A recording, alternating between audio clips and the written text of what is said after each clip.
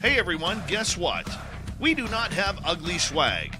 We have spaced out radio gear that you're going to want to wear. Why? Because no one wants to wear ugly clothing. So head on over to spacedoutradio.com and go shopping today. You'll be glad you did. And it's a great way to support our show. Once you get your gear, send us a picture of you rocking out in your SOR swag. Spacedoutradio.com, shop there today, and make yourself look good.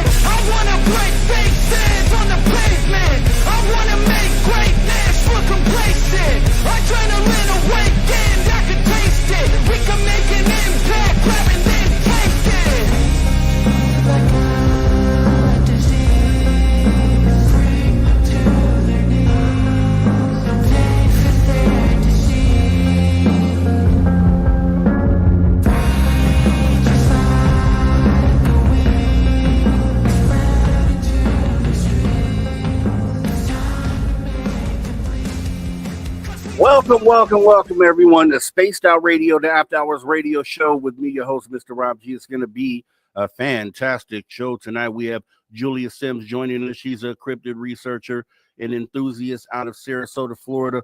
We're going to be talking to her for hours 1 and 2, getting into some Bigfoot, some cryptids, some UFOs, and much more. Also, we'll have Steve Stockton Tells Untold Missing Person Mysteries for hour 3, along with some UFO and weird news and who knows what else.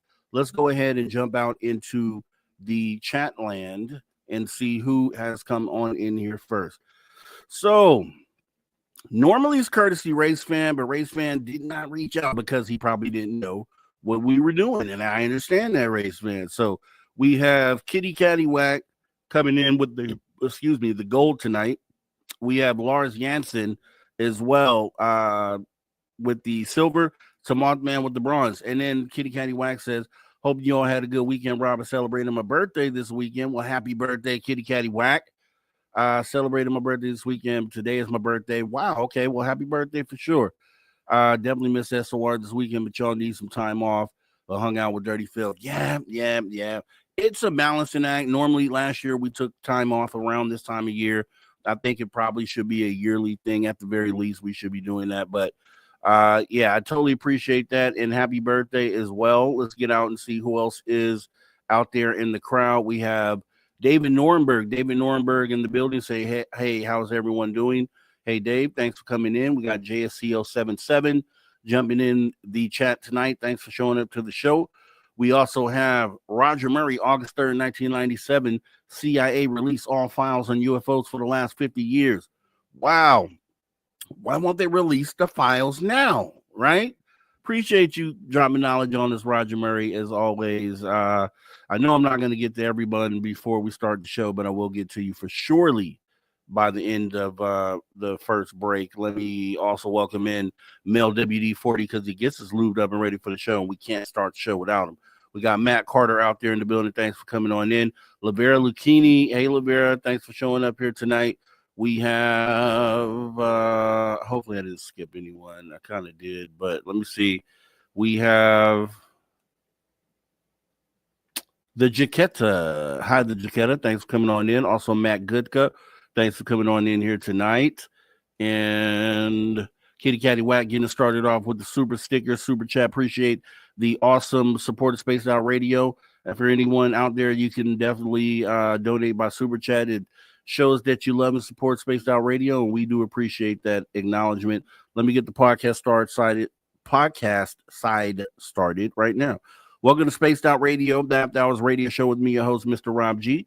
We're going to have a fantastic show tonight. We have cryptid researcher Julia Sims joining us here. We're going to be talking about Bigfoot, UFOs, cryptids, all sorts of things for hours 1 and 2. Also, we have Steve Stockton Tells It Told, Mr. Person Mysteries for hour 3, and UFO and Weird News. Guys, let's go.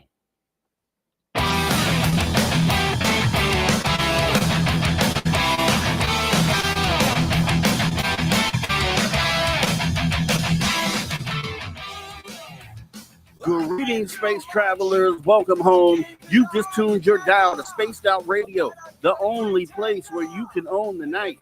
I am your host, Mr. Rob G. And tonight we're broadcasting on our terrestrial affiliates across North America, plus digitally on digital platforms all around the world. Don't forget, you can access our archives absolutely free.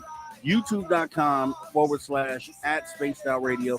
And while you're there, don't forget to hit that subscribe button. Also, don't forget to follow us on X and Instagram @SpacedOutRadio and @SpacedOutRadio Show. Our website is still and always spacedoutradio.com, where the options are endless. You can stay up to date with SWR Newswire. You can get yourself some official Spaced Out swag. Plus, you can rock out to the man that you hear right there, Mr. Ron Bumblefoot Dog, and oh so much more. Once again, we're going to have a fantastic show tonight. We are joined by Julia Sims, who is a cryptid researcher and enthusiast out of Sarasota, Florida. She has been exploring areas of cryptozoology and paranormal for 15 years. It keeps an open mind, whether it be in the field or exploring new ideas and theories. After an incident she believes that may have been of an extraterrestrial origin at the age of 13, which hopefully we'll hear about here, she began studying ufology and followed that down the path of everything from Bigfoot to conspiracy theories. And that's kind of where we'll leave it as we go ahead and welcome our guest here tonight, none other than Julia Sims. How are you, Julia? What's up, Rob? What's up, everybody? We really appreciate you joining us here tonight and talking some weird, wooey UFO stuff here. A lot of us here have experienced at least one element of that, either Bigfoot, cryptids, or UFOs. Right now, I'm only in the UFO category. I haven't had the pleasure of meeting the big guy or anyone that you may determine to be a cryptid, at least as of yet. So maybe we'll get some guidance from you on that here tonight. But I would like to kind of start out with how you figured out that this world wasn't what it was. How did you figure out there was more to reality than what we're told to believe? I would say that started when I was 13, when I had that incident happen that I believe was a potential abduction, maybe. That kind of got me started down this whole path and kind of really changed the way that I thought. If you wouldn't mind kind of going into detail on that particular incident, how were you feeling? What was the mood like, the weather that day? Kind of take us there. All right, let's get weird with it. So when I was 13, I was staying over at a friend's house. It was me and her and one of our other friends, and these are still my closest friends to this day. Staying at her house, and we were all sleeping on this futon that was in a room, and she had a sliding glass door that led out to her backyard. And I woke up the next morning, and I was curled up on the ball. And it curled up on the floor in a tight ball, and I didn't have any clothes on. So that was kind of weird when everyone woke up. They're going, "What are you doing on the floor?" And I said, "I don't know." So I get up, and we're looking for my stuff or whatever. And they go, "What's that on your back?" And so I turn around and look in the mirror, and at the very base of my spine, there was something about this big, I would say. It was a dark brown sort of a color. It wasn't raised. It didn't hurt. There was no irritation or anything like that to it, but it was one big circle in the middle that had a diagonal slash that went through it. And it was surrounded by a bunch of other symbols, I guess. I didn't recognize them You know, I still couldn't to this day, but we thought maybe I had slept on something, thought it was kind of weird that I woke up the way that I did. Day goes on. We go out to a movie with some of our friends. We're hanging out in front of the theater, and I start to get real sick. And I got sick to the point where I was like, you guys, I think, you know, we need to go home. Like, you know, I'm really not feeling well. So we go back to Caitlin's house. It happened at Veronica's house. We went back to Caitlin's. And I start getting sick to the point that I was getting scared. And at this point, I should have called my mother. I didn't, because my mom, she still pretty much is to this day, but especially when I was younger, she was very devout, very strict Pentecostal Christian. Mm-hmm. My best friend, she was a Wiccan, and she didn't exactly love that my best friend was into witchcraft. So we're like, oh no, you know, if we tell your mom, you're never going to be able to come over here again. She's going to blame you for this happening. So she called the coven leader, you know, the woman, the leader of her coven. And she said that to her, it sounded like it might've been magic related or something. She told her to do some sort of mirror magic. So I'm starting to get sick. They grab a bucket and I throw up. And, you know, it's since I've been telling this story more in the past couple years, I've been told that there was an episode of the X-Files that was oddly similar to this. I still haven't seen it. I probably should, but I threw up these perfectly round black balls about the size of milk duds, just this nasty, sludgy stuff. I pass out and I wake up about an hour later, and they said that symbol on your back after you threw up disappeared almost immediately. So, you know, I'm freaked out by it, you know, probably traumatized for about a year or so after that happened. And I started looking into it and realized that that symbol looked an awful lot like a crop circle. I mean, if you Google the picture of a crop circle right now, that's about what it looked like. So years go by, I grow up, I'm in my mid-20s, and I'm like, all right, you know what? I bet you if that was an alien abduction, I bet you if I went to a hypnotist, they might be able to pull something up. They might be able to tell me something in my subconscious that I had forgotten or, you know, was blacked out. As you know, that can happen. Sometimes people only get to remember what they want you to remember. Mm-hmm. So there was a woman who still lives here in this town. She's a past life regressionist, and she would put people under to try to help them remember past lives, things like that.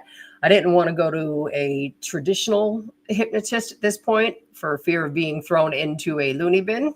So I figured this woman was the best route to go. So she puts me under. I didn't go under for the whole time. I guess I'm kind of hard to put under hypnosis for whatever reason. But there was a point. I don't have the tape anymore, but, you know, her sessions were all recorded where I did go under, and I had said that at one point in the night, I got up off of that futon and went out into the backyard, and I saw a big bright light, and I walked towards it. And that's the only thing she could really get out of me.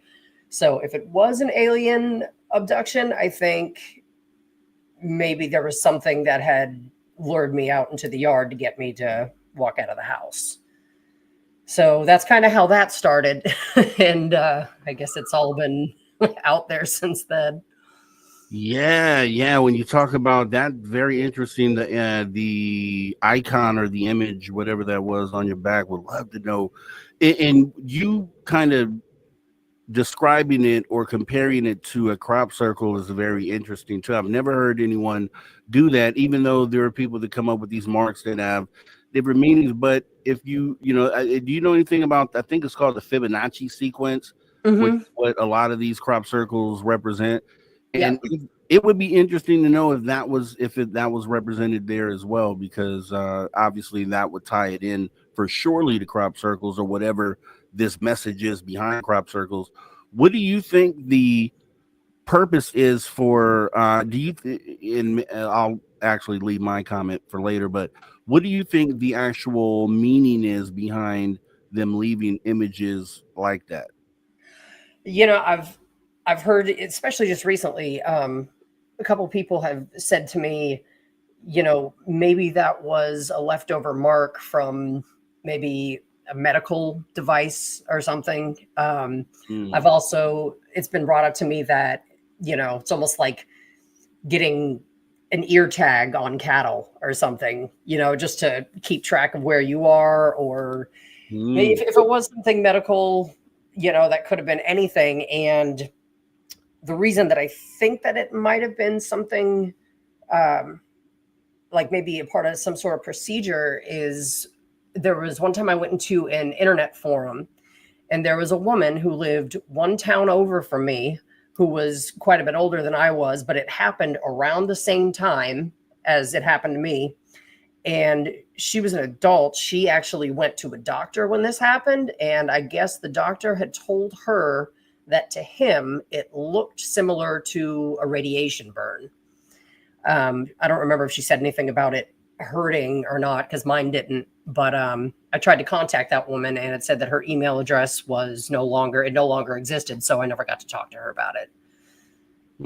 It'd be interesting to know, like, maybe it's still there. It's just you can't see it. Like, maybe they can wave some sort of machine over it, and then it reappears, and kind of, because the ear tag thing makes a lot of sense when, you know, a lot of people try to say, don't look at it in the human perspective. Like, we would go out there and tag animals. They wouldn't necessarily do that to us. And I just don't go with that aspect. I think they would definitely do a lot of the things that we do.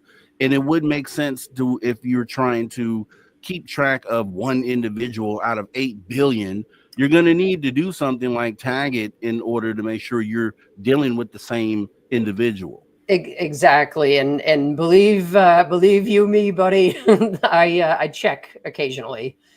You know, every once in a while it'll cross my mind and I'll be like, all right, let me just take a look real quick, see if there's anything going on, but it's never reappeared. So that's good. Have you, what happened to and I know a lot of people want to know this, what happened to the material that you threw up?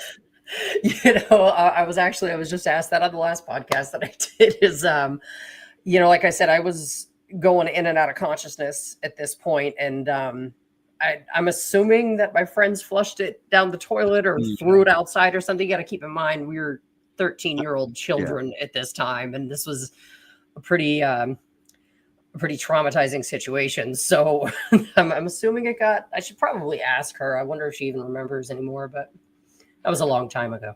But see, even just the recollection and the visual that you give when you retell that, I mean, a lot of us can imagine what that might look like. So that's even good enough. As long as you tell that part of the story, I think if someone did have images of something along those lines, it would line up with your story. It would be validation for them.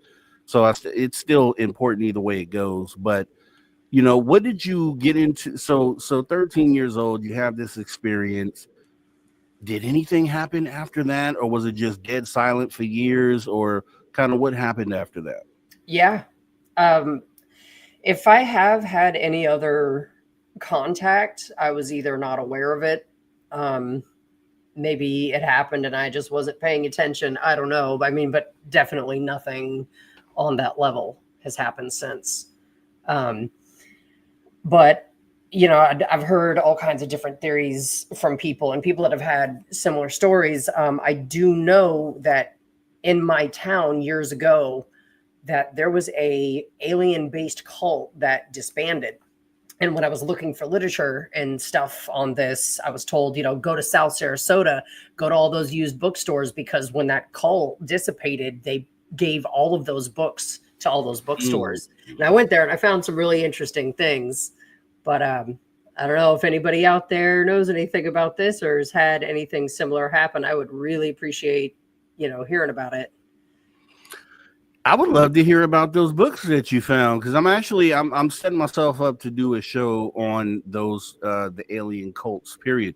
Because we know there was the famous one years ago with the Nikes, so we know about that. And we know there's also other various ones. And the thing that I get concerned with is with this, what I feel like is like an imminent extraterrestrial contact moment coming at some point. I feel like there's going to be a portion of the community that will essentially be drawn in and will be, gosh, what am I looking for? They'll be the first ones to sign up for this new UFO cult, essentially. And Right. so it kind of identifying why that may be and kind of going that's really why I want to do that. So it'd be interesting to hear about what you have gained through getting some of those books. But first question that I had prior to that was, well, a statement I was going to make was, especially with the UFO abduction experience, what I keep feeling, because I wonder why I haven't been abducted, for one. And then I think, okay, well, maybe I have been abducted. Yeah. And You just, just don't recall it, right? yeah. And here's what I think. This is what, in a lot, going back to the human theory, I look at it like, you're not supposed to remember it. That's how I feel. Like when we go out and we tag these animals and we do whatever we do, they aren't supposed to remember the experience. We're supposed to be long gone by the time they wake up and they just wonder what happened. I think that's what's supposed to happen with us. And I think the only reason why we know about abduction experiences is because there are a portion of people who happen to become aware during the moment or happen to wake up during the event. What do you think about that? You hear from a lot of people that do remember, an abduction, or they'll remember it, or they'll be brought up onto a ship later on, to see the product of whatever it was, and they stay in communication with them. I think that either they don't want you to remember it because it was traumatizing and they care about our feelings, which I'm going to go ahead and doubt. I think that the Greys are kind of robotic, emotionless creatures. And one time I heard somebody say, like, you don't think twice when you step on an ant, because you're like, it's an ant. Yeah, it doesn't know what's going on. I wonder if maybe the Greys kind of look at us like that. Like they don't think that we're even smart enough to realize what's happening. But then again, you hear stories of abductions of people that go up and they, take them to other planets and show them things and warn them about things that are going to happen in the future. And they have this beautiful spiritual experience. But then you hear ones that are just horrific. And so it's like, do you really want to remember these experiences or be aware that they're happening if they're unpleasant?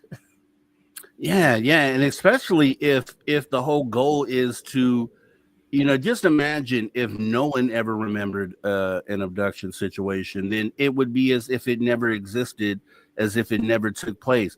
And is that really how it's supposed to be on the grand scheme? Is it supposed to be that they intervene and they step in and we just are supposed to never remember this and just go on about our daily normal lives?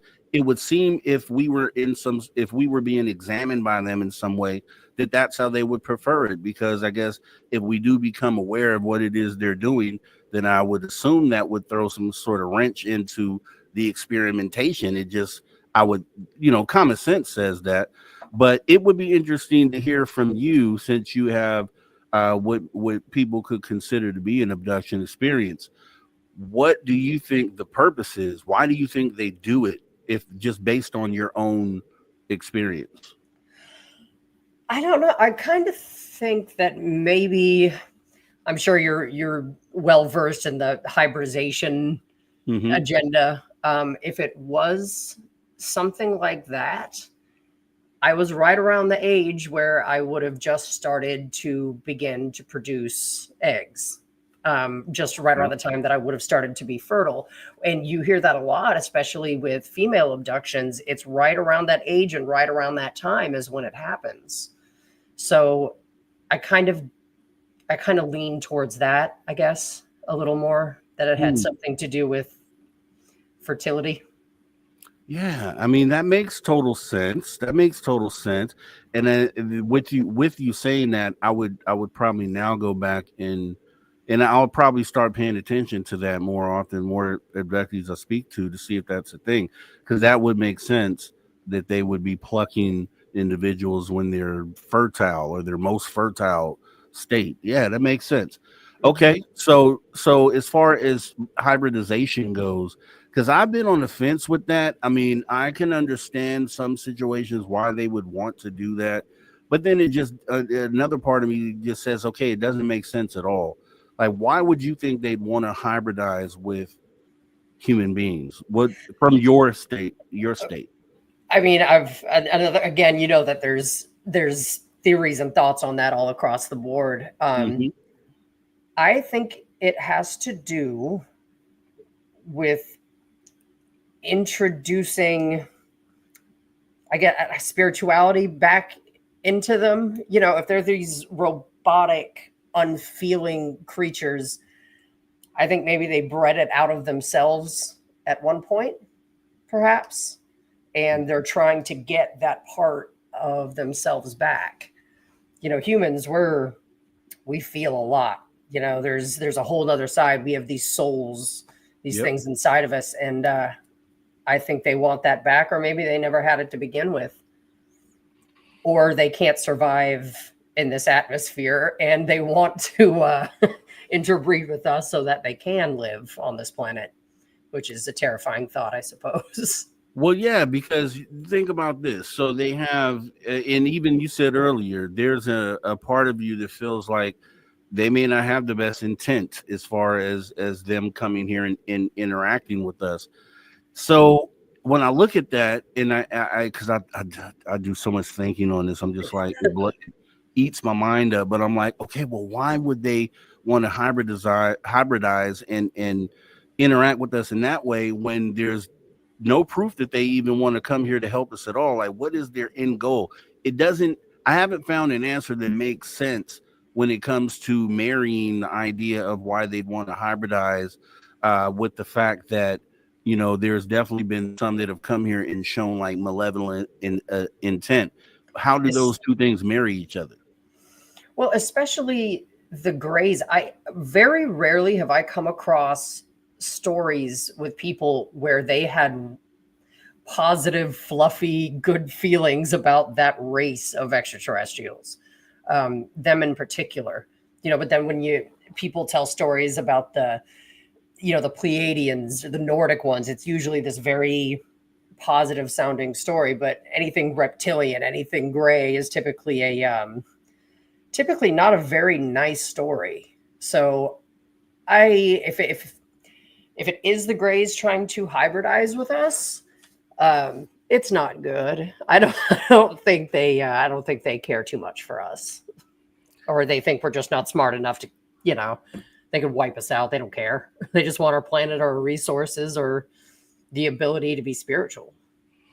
Only thing I could think of is as we sit here and have this conversation, and I guess this could work for both sides of the argument, whether benevolent or malevolent, is okay, maybe they can't, but if they're robots, then it doesn't make sense. But if they are some sort of biological being that for some reason can't exist on this planet without protections and things of that nature, it would make sense for them to want to interbreed with us so they would have the ability to exist on Earth, and to help us, right? To help us and do this helpful thing that they want to come and do. But then it also works exactly the opposite direction, where it's like, if they want to come here and take over the planet, they couldn't exist on the ground unless they interbreeded with us too. Yeah. So thinking of both sides of that, that's the only thing I've come to that makes sense. If you have anything, as we sit here and talk that makes sense, please let me know. Yeah, I don't know. I learn something about this anytime I get on the internet, anytime I pick up a book, anytime I talk to somebody else, I learn something new. So this is a constantly evolving work in progress for me, I suppose. Just when I think I've got it figured out, I'll hear something else and I'm like, oh God, you know what? Maybe it's that. Never mind. And I'm going back and forth like that as well. We're stepping into our first break with our guest tonight, Julia Sims, cryptid researcher. We're talking UFOs, we're talking Bigfoot, we're talking cryptids. Make sure you guys don't go anywhere tonight. Fantastic conversation coming up next, guys. We'll be right back right after the break.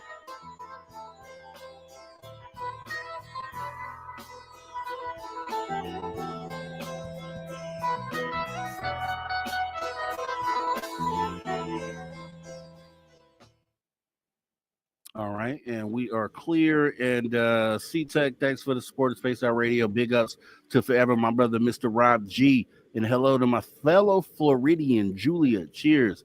and positivity to all. Appreciate you, C-Tech Mateo, for your support of the show here tonight. Also, Lavera, I saw you, Lavera. Let me bring you up here. Lavera, have a great stream. Rob and Julia, high vibes. And thank you both. Yeah, that's how you move the conversation along, Lavera. Thanks for your support of the show here tonight. Also, there's people that have come in a little late. Big Bird, thanks for coming on in. Scott Rosen, thanks for showing up. We got Spiraling 69, thanks for coming on in. Fast Timmy, thanks for showing up. Let's see, Jose Sanchez, I see you. Grays are emotionless scientists that only care about their own selfish agenda for the most part. I agree. I mean, I'm just not with the everything is here for light and love. I just don't know how people can sit here and say that. Like, how do you know either way, truthfully? So there's no way you can know either way. Who else? Dookie Pickles, present and accounted for from X. Yeah, Dookie Pickles is something else. Appreciate you coming on in, as well as Lord Sogal. Hey, Lord Sogal. Appreciate you coming on in. Interesting topic. Also love the tattoos. Let's see. Who else do we have in here tonight? Joining us late here. Dead fish cheese spread. Where you at? I just saw you, buddy. I'm loving these names, man. Yes, man. They are so creative. And this is one of the best chats out there. I'm telling you, so smart, so inquisitive. Dead fish cheese spread. Thank you for coming on in. Who else? We have Woo Riders DG. Thanks for coming on in. Also, Polly Rodderman. And yes, we want to show our condolences and love to one of our chat members who recently passed away. Just sad to hear. Renee Cruz, who was often in this chat, just dropping bits of knowledge, being a really great chat member, very interactive with everyone. And we just got the news today that Renee passed away. So shout out and healing energies and love and prayers and all that sorts of stuff to the family of Renee Cruz. If any of you happen to be watching tonight, Renee will be missed. Lots of love from this channel, and that's for sure. Wow. Renee Cruz. Okay. Let me see. Wow. Let me see who else is here. We got Delilah. Hi, Delilah. Thanks for coming on in tonight. And let's see. Kurt M. Hey, Kurt M. Appreciate you coming on in. And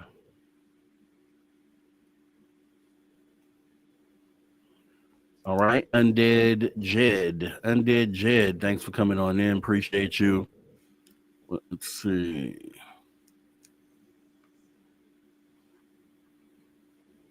Let's see here.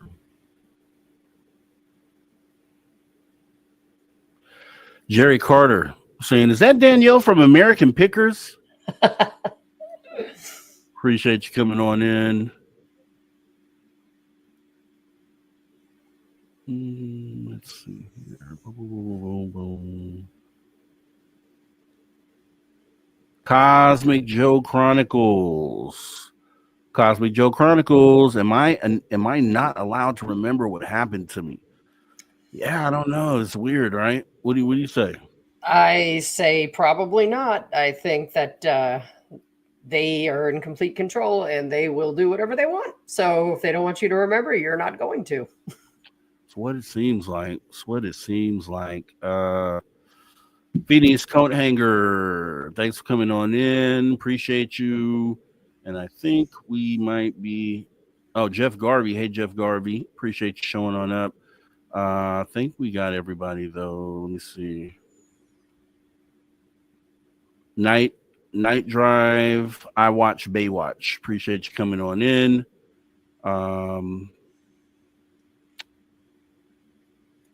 David Kanyak. Appreciate you coming on in. New name. Also, we have just enough time to tell you this. You've come in on the Spaced Out Radio After Hours radio show. We run the show Saturdays and Sundays, 8 p.m. Pacific till 11 p.m. Pacific. And let's see, we have Dirty Filth, Cryptic Cartoons, Saturdays at 2 p.m. Pacific. We have so many shows. UFO Max on Wednesdays at 8 p.m. We have Element 115 on Fridays at 8 p.m. We have Dave Scott Monday through Friday from 9 p.m. to midnight. So basically 7 days a week, you could come here, find something to watch. So make sure you hit the subscribe button, notification bells. We come back right now. All right, everybody, welcome back. Spaced Out Radio, the After Hours radio show. We are on the back half of hour number 1, back with our guest, cryptid researcher Julia Sims, getting into some really good conversations right now, talking about UFOs, extraterrestrials, why are they here, what's the purpose. We're going to talk about that, Bigfoot, cryptids, and a lot more tonight, so make sure you guys don't go anywhere as we get ready to jump right back on into the conversation. Also, questions, hour 2, I'll be keeping an eye out. Make sure you put them in all caps. We would appreciate that. So as we jump back into the conversation, so going down a little more of the extraterrestrial path, what would you... Okay, so seeing that these craft are here all the time, what is it that's sticking out in the news, or what do you think? I don't know if you're even covering or watching what's going on in Congress. What do you think we need to do? What would be some of the next steps do you think we should take in order to kind of bring this reality to the forefront? Well, I mean, I think after the Tik Tok incident, we're getting closer to knowing more. I think that there are certain sects of our government that know exactly what's going on, but they're not going to tell us quite yet. I have a theory on that as to why that could possibly be, that I'm sure there are other people out there that would agree with me on that. But I think we're getting closer. I think it's a timing thing. I don't think there's anything we could necessarily do to demand any type of disclosure, but I think it's coming in small pieces. What do you think it looks like once it comes, if you had to guess? You want me to be honest? You want me to be honest? Please be brutally honest. Yes. I think, even though, and I'm not by any means, I'm not saying that I don't believe in God. I'm not saying that. What I'm saying is that I think it will, if they came out and told us everything, it would destroy certain traditional views of Christianity. And if that got lost, there's a large amount of control that would get lost too. And they can't do that right now. You know, it's one of the major things controlling people. I think there's a lot of distorted parts of Christianity that aren't true, that got put in specifically for control reasons. And I think until they have another way to control everybody, they're going to keep using that. So I kind of think, it's like, this is the way the world is, and this is what's out in space, and it's just us, and that's it. And then all of a sudden, if that changes, there goes that theory, and there goes that control method. Does that make sense? Yeah. So do you see like an apocalyptic wasteland, if that were to happen tomorrow? So say we woke up tomorrow and it's on the table that this is what it is. Yeah. No, I don't think it would be the government attacking us. I think that if extraterrestrials wanted to come down here, if they wanted us gone right now, they would just do it. I don't think we have any type of weapons or defense because they are, excuse the pun, but they are light years ahead of us on that. And if they just wanted to wipe us out, they would have done it a long time ago. So there's some other reason that hasn't happened. I think that people would be so afraid. A lot of people aren't going to work anymore after that. People would stop going to work. They're going to stop doing the day-to-day things that make countries run, that generate money and keep the control. So I think in a certain way it would be an apocalyptic situation, but not in like a road warrior kind of way.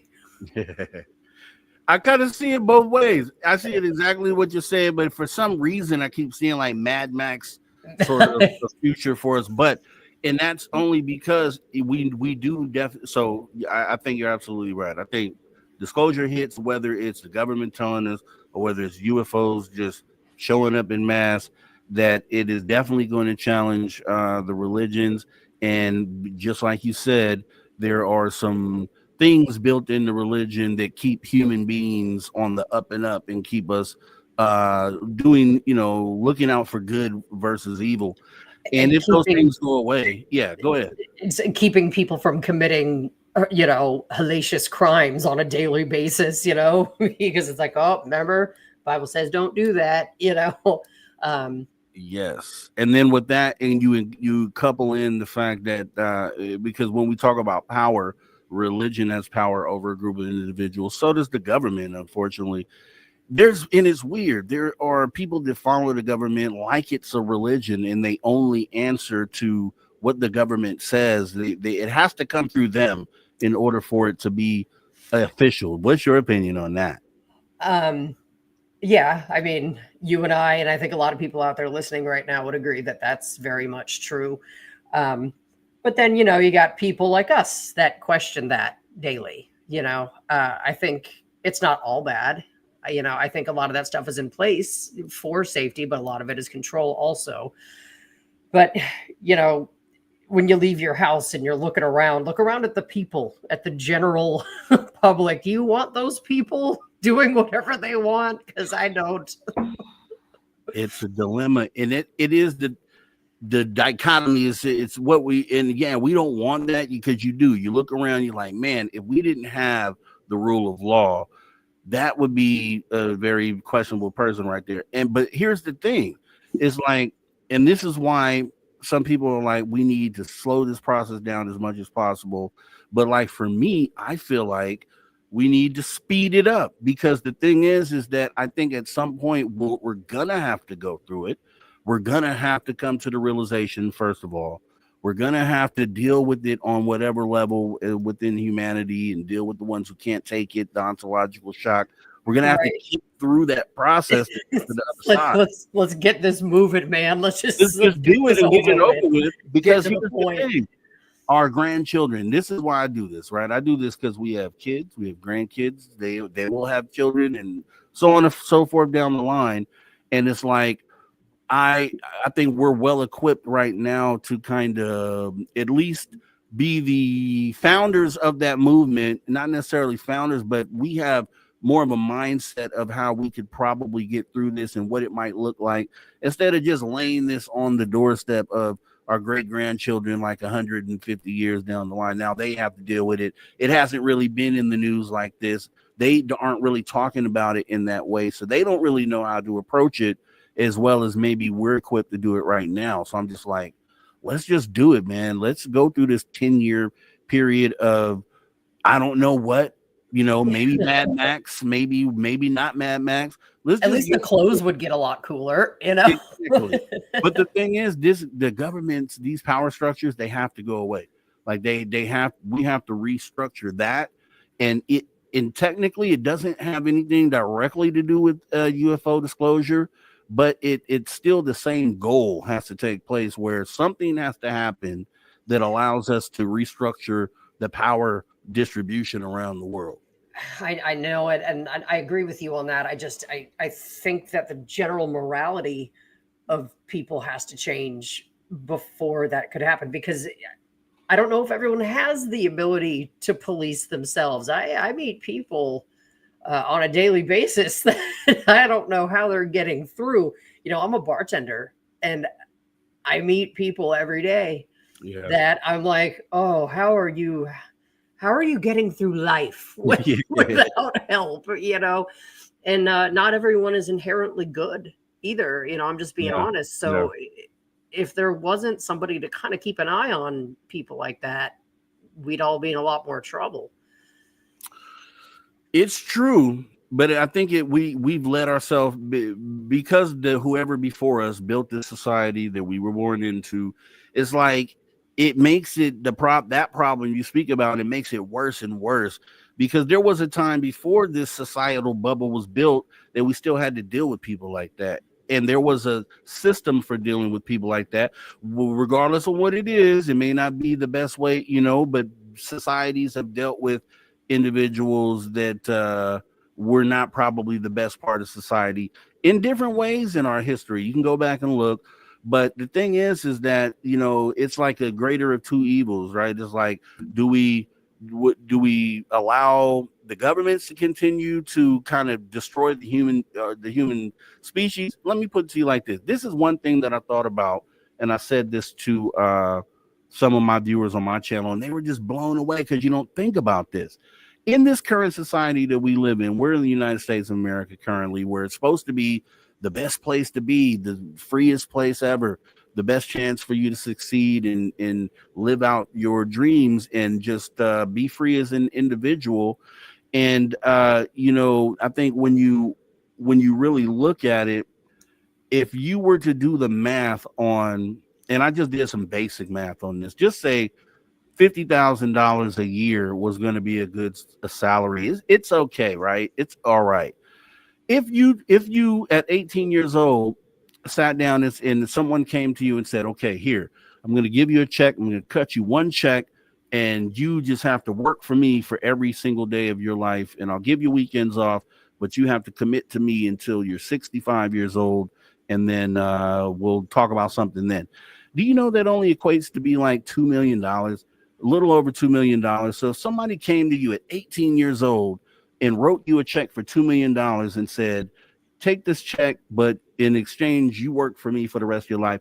Is that anything that any realistic or rational person would accept on the front value? Probably no. No, absolutely not. Well, when you say it like that, Right. But it's exactly what we're doing. It's exactly what they've put us in. And that's only if you work every day for 45 years.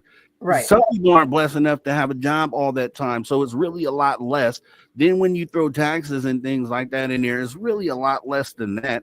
So right now we are signing over our lives in the best society ever here in America for like $1 million, $1.5 million, $2 million at 18 years old to just sign the rest. And then when you get 65, it kind of just spits you out and don't really.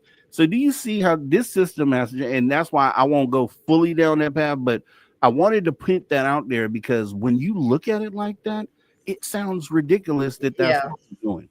Yeah, I agree with you. It's but it is the current state that we're in. I obviously no one has come up with a better solution so far, but if there's any extraterrestrials out there that have a better idea and would like to come and help, we'd appreciate it because we're not doing a real good job down here. And see, that's the reason why I want catastrophic disclosure, because I think that at least gives us a chance as human beings to kind of rethink this process. And it's like one of three things I could think of that would allow us as a society of human beings to say, okay, this is how we shift the direction, or let's come together and figure out what we want going forward. And it's only alien UFO disclosure. It's going to be like nuclear warfare, or it's going to be like an asteroid impact, something that really shakes things up, that would give us this moment in time where we as human beings could say, yeah, we don't like it going this way anymore. We kind of want to go this way. Mm-hmm. And that's why it's so important that, because of those three things I just said, obviously nuclear fallout would not be a good thing. Obviously asteroid impact would be even worse. So the one thing that we could deal with that really is just having a conversation is UFO and alien disclosure. It's the easiest thing. And it's the thing in our face right now that would allow us to kind of restructure the future of humanity. And it's a very cool thing to be living in a moment where we might have that ability to affect that change. Yeah, and we're definitely getting closer to that. Now, whether or not the government and these extraterrestrials are working together, so it's like a timed sort of a disclosure thing, I mean, I've heard that too. It's like they've known about this for years, aliens and the government are working together, and they're waiting for a specific time. But I think if they were working independently of each other and they just showed up out of nowhere and they're like, all right, MFers, here we are. That might actually be a better way to go, because that would take away a lot of government control. Because it's like, what are you going to do? Like, they weren't prepared. Think about, let me ask you this. What do you think about previous human civilizations that came to some technological advanced point and then just disappeared? Like, what do you think about those, if you've ever thought about it? I have definitely thought about that. I think that aliens have been very, very closely monitoring our evolution, if not sped it along. Like, if you look at the Sumerians, up until the Sumerians, that civilization came about, we were living in caves basically, and then it was like bam, like overnight we had a system of money and government and writing and how to take care of livestock and how to grow farms. And I mean, that just kind of came out of nowhere. That was a huge jump in evolution. And look at what we've done with electronics, even in the past 50 years. Think about where we were 50 years ago with technology and where we are right now. That jump is insane. Because before it was like little tiny baby steps, it's crawling along. But man, it's like all of a sudden out of nowhere, we got smartphones, we got laptops, we got Bluetooth, and all this stuff just happened in the scheme of things overnight. Yeah, I can see that. And you see examples of that when you look at different civilizations. We're talking about like the Romans and Egyptians and all different. But what do you think happened to those groups? Because it seemed like they were on the trajectory of advancement, just like we currently are in this iteration of humanity. What do you think they ran into that kind of crumbled what they were doing? And I'll also add to that we have, in our recent current time dealing with UFOs and extraterrestrials, we had the aerial school kids who had their UFO encounter, and then other people who have also said that these aliens have told them that technology is bad.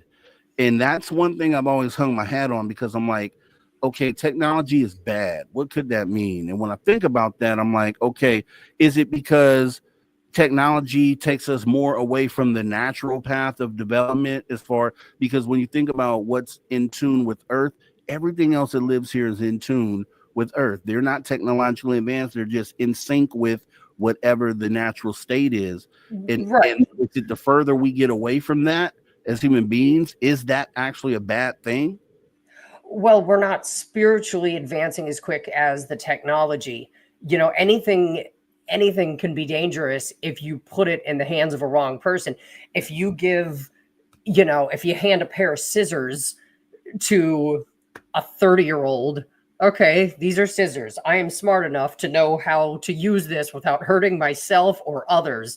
You hand a pair of scissors to a 1-year-old, that could be very, very dangerous. I feel like right now, where we are as a species spiritually, we are toddlers with scissors as far as technology goes. So it's like we need to, I think that as a species, we need to evolve that more. We need to understand more about ourselves, build our morality before we keep going and creating, worse and worse weapons to blow each other up with. And so, okay. And so let me take you down this path, because my thought process as far as the technology bad thing. So, and the thing I was really pointing to was the fact that you have, previous iterations of human civilization that advanced to their highest level of advancement, whatever that was in their time, and then they all disappeared from the face of it. And it's like, okay, did the extraterrestrial step in to say, nah, this you're not supposed to be going this way. You should be going a different path, and technology is not the way. And when you think about what technology has brought us, it's made a lot of our lives simpler, but it also has allowed us to be able to destroy a planet, truthfully. And so it's like, is that the knowledge that we're supposed to have, or are we supposed to be on a different path than that? And it's hard to even think why that would make sense, because you held up a smartphone. That makes our lives simpler, and a lot of different things also do. but is that pathway the end result? Does it take us somewhere where we gives us power probably we shouldn't have as human beings to destroy things as big as a planet? Yeah. Like I said, I think that if we were evolving ourselves spiritually more, that technology wouldn't be such a threat to us surviving. But we're not doing that. I think that there were like Native Americans, they they weren't focused so much on the physical things, I feel, and developing, their own technology and things like that. They lived in a spiritual world, because we live in a very spiritual world, and we ignore that. That veil between the paranormal and the physical reality, there's a brick wall between us right now. And I don't think it's supposed to be that way. I think that we're supposed to be able to access the other side easier, but we just don't. Now, when you say that, explain exactly what you mean by that, access the other side more easier. Well, people talk about the veil, that's in between us and the spiritual realm, the paranormal realm, the ability to see cryptids and ghosts and connecting with our higher selves. I think that most people don't have the ability to do that, whether that be something that was put there intentionally by, the people in charge, or if it's because we're just not focusing on it. But I think there's something definitely blocking us from accessing that side. And that's a great place to transition, because I wanted to, that veil that you talk about, and that's why I wanted you to explain it, because it's exactly how I feel about that. The reason why, you may have certain individuals that see things that other individuals don't, because they can see through the veil, essentially, in that moment. And I was under, and as far as the thought process on that, where I'm at with that is it essentially that there is a veil that separates us, and we are temporarily peeking through that veil when we have like a Bigfoot sighting or a cryptid sighting? Or is it that, or paranormal, or is it more so that we all exist in this realm, but we're putting on glasses that allow us to see a different spectrum of light or whatever within our reality? Well, I think that we should be able to access that other side more easily, but I don't think that we're supposed to be able to see it 24/7. That would destroy our human experience. I mean, could you imagine walking around and you're seeing spirits and dead people and aliens and Mothman? There would be no human experience at that point. You'd be freaking out, So that's I think that there's a good thing that there is some sort of separation between us and that, but I don't think we should be afraid of it. I think that we should be able to access it a little more easily. When we talk about the phenomena, do you think that aliens, the experience we have with extraterrestrials, do you think they are in any way connected with also with Bigfoot sightings and then also cryptid sightings? Or do you think these are separate things that we just happen to be dealing with? No, and I'm going to say something that a lot of people aren't going to like. I think it's all kind of the same thing. Right now, I'm in pre-production to put out a TikTok series called Unify the Woo. And this is all the research that I've done going, hey, you see this experience that this person had over here with Bigfoot, and you see this person over here that had this experience with aliens. Do you see all the similarities and how these people are saying the same things and reporting basically this same phenomena and things like that happening? Before you jump more into that, stay right there, because I want to start the next half with this. We got about 15 seconds before we go to break here. So we're going to start off the top of the hour with exactly that, and Unifying the Woo. Right here on Spaced Out Radio, the After Hours Radio Show. We'll be back with our guest, Julia Sims, cryptid researcher. More of this talking more in just a moment. Conversations that move the needle. You're listening to After Hours with Mr. Rob G on the only place where you can own the night. Spaced Out Radio. Spaced Out Radio. You've tuned your dial to the right frequency.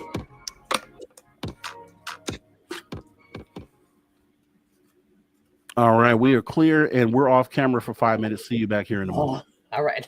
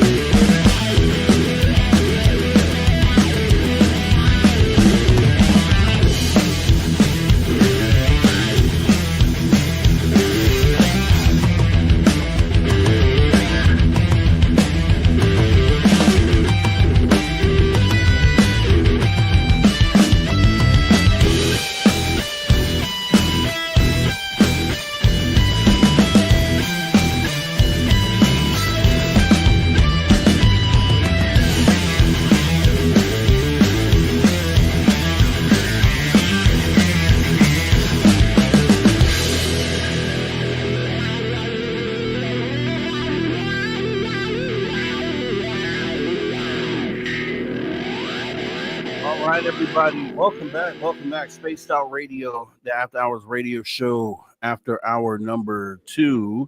And we're actually coming back. Let me bring our guests right back on in stage here. There she goes, Julia Sims. And we have about 30 seconds before we come back from radio break. So, guys, this is the hour 4 question. So I've tagged a lot of them just to make sure if you are putting them in the chat, you put them in all caps, and I'll post them at the end of this hour. We got about 10 seconds left, and we are coming back. Here we go. All right, everyone. Welcome back. Spaced Out Radio, the After Hours radio show, after hour number 2. We are back with cryptid researcher Julia Sims, getting into some real good talk on UFOs, shifting into some cryptids and some Bigfoot. Conversations going all good here. If you missed any of it, make sure you hop in the archive because it's absolutely free. YouTube.com/The Spaced Out Radio, where you can catch up on what you missed. Jumping back into the conversation. So, Julia, at the end of the hour, you were just beginning to talk about. I asked you a question on: did you think the UFO experience is related in any way to the Bigfoot and cryptid experience? You stated you are doing a show called Unifying the Woo. If you wouldn't mind going in and jumping into that. Okay, yeah. So I just kind of started getting this going. Basically, just from all the years that I've been doing this, I notice a lot of similarities between different experiences that people have, whether it be a UFO sighting, a Bigfoot sighting, whether it be, a ghost, or whether it be Mothman, or, any of them. There's a lot of similarities between them. And I don't hear enough people bringing that up. And I would like that to be talked about more.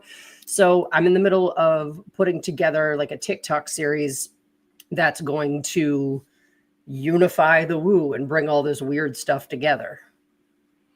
I think that's an excellent, awesome idea, especially if you can show where these things actually intersect and correlate. We talk about things all the time, and we're like, oh, yeah, that's kind of weird. That's kind of the same thing Bigfoot do, or that's the same thing I heard about this other cryptid. So it's cool that you'll have one place where you're kind of focusing on those aspects. That's a form of research right there. And definitely something I don't think I see anyone else doing in the field. So that should be a cool thing. So then let's start with Bigfoot then. So your experience with Bigfoot, have you had any? And what is your thought process on Bigfoot? So I'm part of a Bigfoot research team down here in Florida. It's called Creature Man, with Stevie Strings, Chris D'Angelo, Brian Bowden over there at his pod. Yeah, Brian's been coming out investigating. He's a part of the team now as well. So we go out, get out there in the field, and we do our thing. I've never had an encounter, but I've seen weird lights out there, and I've definitely heard some things there's some undeniable evidence out there.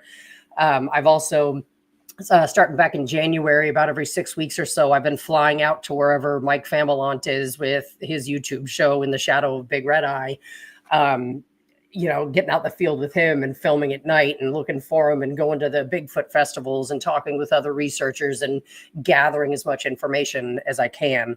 But like I said, I've never seen him with my own eyes, but I've definitely heard enough to where I could say I know what's out there. Okay. And so when you say that something's out there, is that something necessarily Bigfoot, or could it be something else that is still unexplainable? Well, nobody can ever say that they know 100% for sure unless they've been this close to them. Mm-hmm. But a lot of the things that, recordings and things that people have reported hearing, I've heard. I've heard the howls. I've heard the tree knocks. I've heard the whoops. Never seen them, though. So it's some of the evidence that we've collected before, we've sent it into different experts and things, and it's come back. Well, it's not any known animal that we can't tell you. That's definitely not an animal that we know of. I think it's really interesting, the ones that come back where they say it's as low, there's frequencies that are so low and at the same time, like simultaneously so high, that unless there's, you know, a Mongolian throat singer out there or a Tibetan throat singer that's hanging out in the woods trying to hoax a bunch of Bigfoot researchers, you know, we don't know what that is. I've been in, even with my buddy Sir Brian, he's my buddy and real good guy, man. We talk behind the scenes. He's just a real cool dude, and he's real blunt too about a lot of things as well. And I'll ask him, and I'll ask you as well, because I've done shows recently. I feel like under the phenomena umbrella, you do have UFOs, you have cryptids, you have Bigfoot. I've talked to enough people. Well, I've had my own experience to know UFOs are real. I've talked to people who have experienced Bigfoot, and I've talked to enough people to feel like what they're saying is authentic in what they're saying they saw. Same thing with cryptids, probably more or less so, because you don't have as many people that really talk about cryptids for whatever reason. But, you know, I've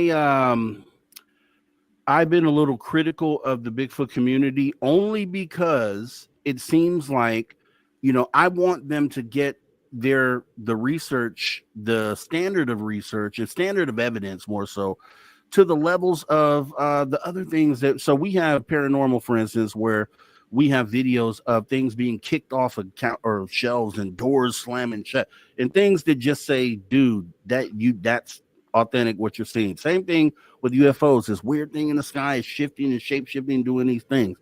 But the area where we don't have that is in the Bigfoot community. And then I'm wondering why, because when I ask people, they say, oh, well, they avoid cameras. If you put a camera out, they just avoid those. They don't want to be seen on camera. Or if you, just various other reasons why we can't get more evidence on them. And everybody wants to lean in on Patterson Gimlin from back in the 60s. And that's like the golden standard. And it's like, okay, but what else do we have? Right. And it's like, when I talk to Bigfoot experiencers, they say, well, you know what? I kind of want to just keep the experience myself because, you know, it matters to me and it matters if I saw it and it's a personal experience for me. But I'm like, well, how are you helping the research move forward? What do you do? Like, what is your goal when you go out there? Is it to capture some sort of validation where you can then further the research and show the world? Or is it more so just for you and your time out there, your experience? For me personally, I go out there for me. I am one of those people. Now, if I can capture the evidence, yes, we're sharing that with the world. That's going out to everybody because that information belongs to everybody. But really, it's more for me. I feel like especially Bigfoot encounters can be very, very spiritual for people. And you were saying, how come we can't capture it? All we've had is the Patterson Gimlin films.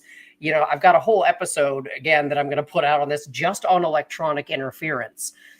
Electronics will become affected across the board. It happens when people have UFO encounters. Everything starts glitching out. And same thing happens with Bigfoot. Same thing happens with ghosts. I think it has to do with, maybe it has something to do with the veil being dropped, and energetically it takes so much for these things to manifest that it causes everything to glitch out. Maybe it's that. There's a lot of theories on it, but that's what I kind of think is just the amount of the sheer energy that it takes for these things to appear. It's going to mess up your electronics. And I've heard that from enough people to feel like, okay, there's something to that. And also, as we talk about UFOs and extraterrestrials, that's also been a thing, some electromagnetic presence potentially. So we kind of are in agreement that there may be something like that there. And so here's what I reach back to. This is the thing I reach back to and wonder why a lot of researchers haven't picked up on this, or maybe some of them have. But if we can get Patterson Gimlin, and most people say that's authentic, and it's the explanation is because it was a mechanical camera, then why wouldn't we bring more of those type of cameras out in the field when it comes to Bigfoot research? Why would we bring cameras that we know won't work instead of ones that we know capture Patterson Gimlin? Like, that should be a common sense thing to me when we're talking about Bigfoot research. You should be on eBay looking for a Patterson Gimlin camera. Well, that's taking that to the field. Oh, that's what I was just about to say. I'm like, do they make those anymore? Or like the ones that are in existence, would those even work to this day? But yeah, you know what? That is an excellent point, and I've never thought about that. I think you're right. How come we're not doing that? And here's the other thing, right? This is another thing that I threw out there, and I had just thought about it recently. I was like, you know what, that makes sense too. But I'm like, okay, these things, some people say, okay, Bigfoot are interdimensional. Some say they're not from this dimension. Some say I don't think they are from this dimension. They say they're living beings that live here amongst us all the time. And so either way you go with it, they are alive, supposedly, right? Alive like we are. Do you agree with that? I do not think that these are strictly flesh and blood biological creatures. I think there's way too many stories that, like, look at the Skinwalker Ranch Bigfoot activity. They're like, do you guys just see that portal open up and it climb out of it? I think that it has the ability to be a flesh and blood creature. I don't think that it's in that form all the time, though.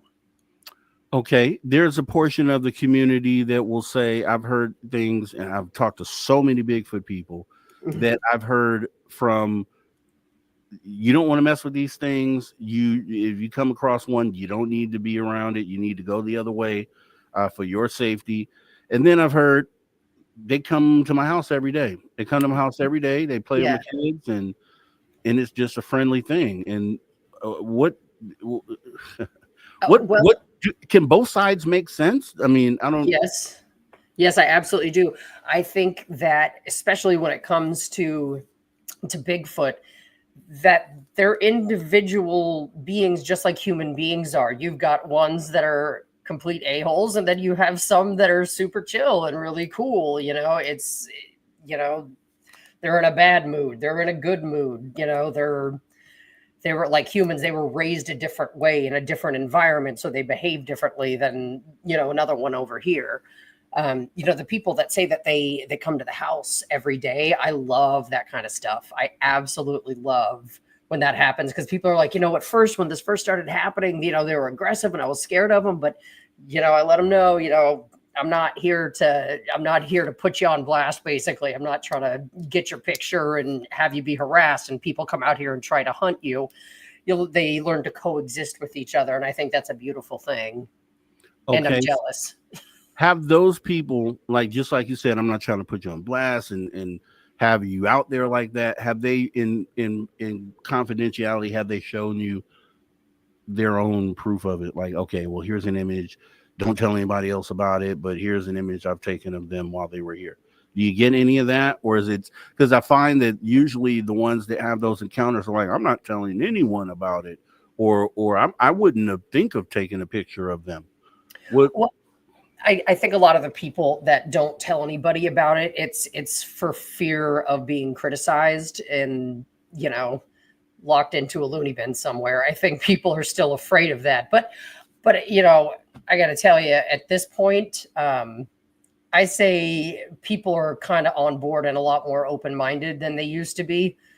So just start talking about it. Make it more of a casual part of conversations. Think about UFOs. People used to be very tight-lipped about that. Now, the stranger behind you in the grocery store probably believes in UFOs because it's become such a part of our normal everyday conversation at this point.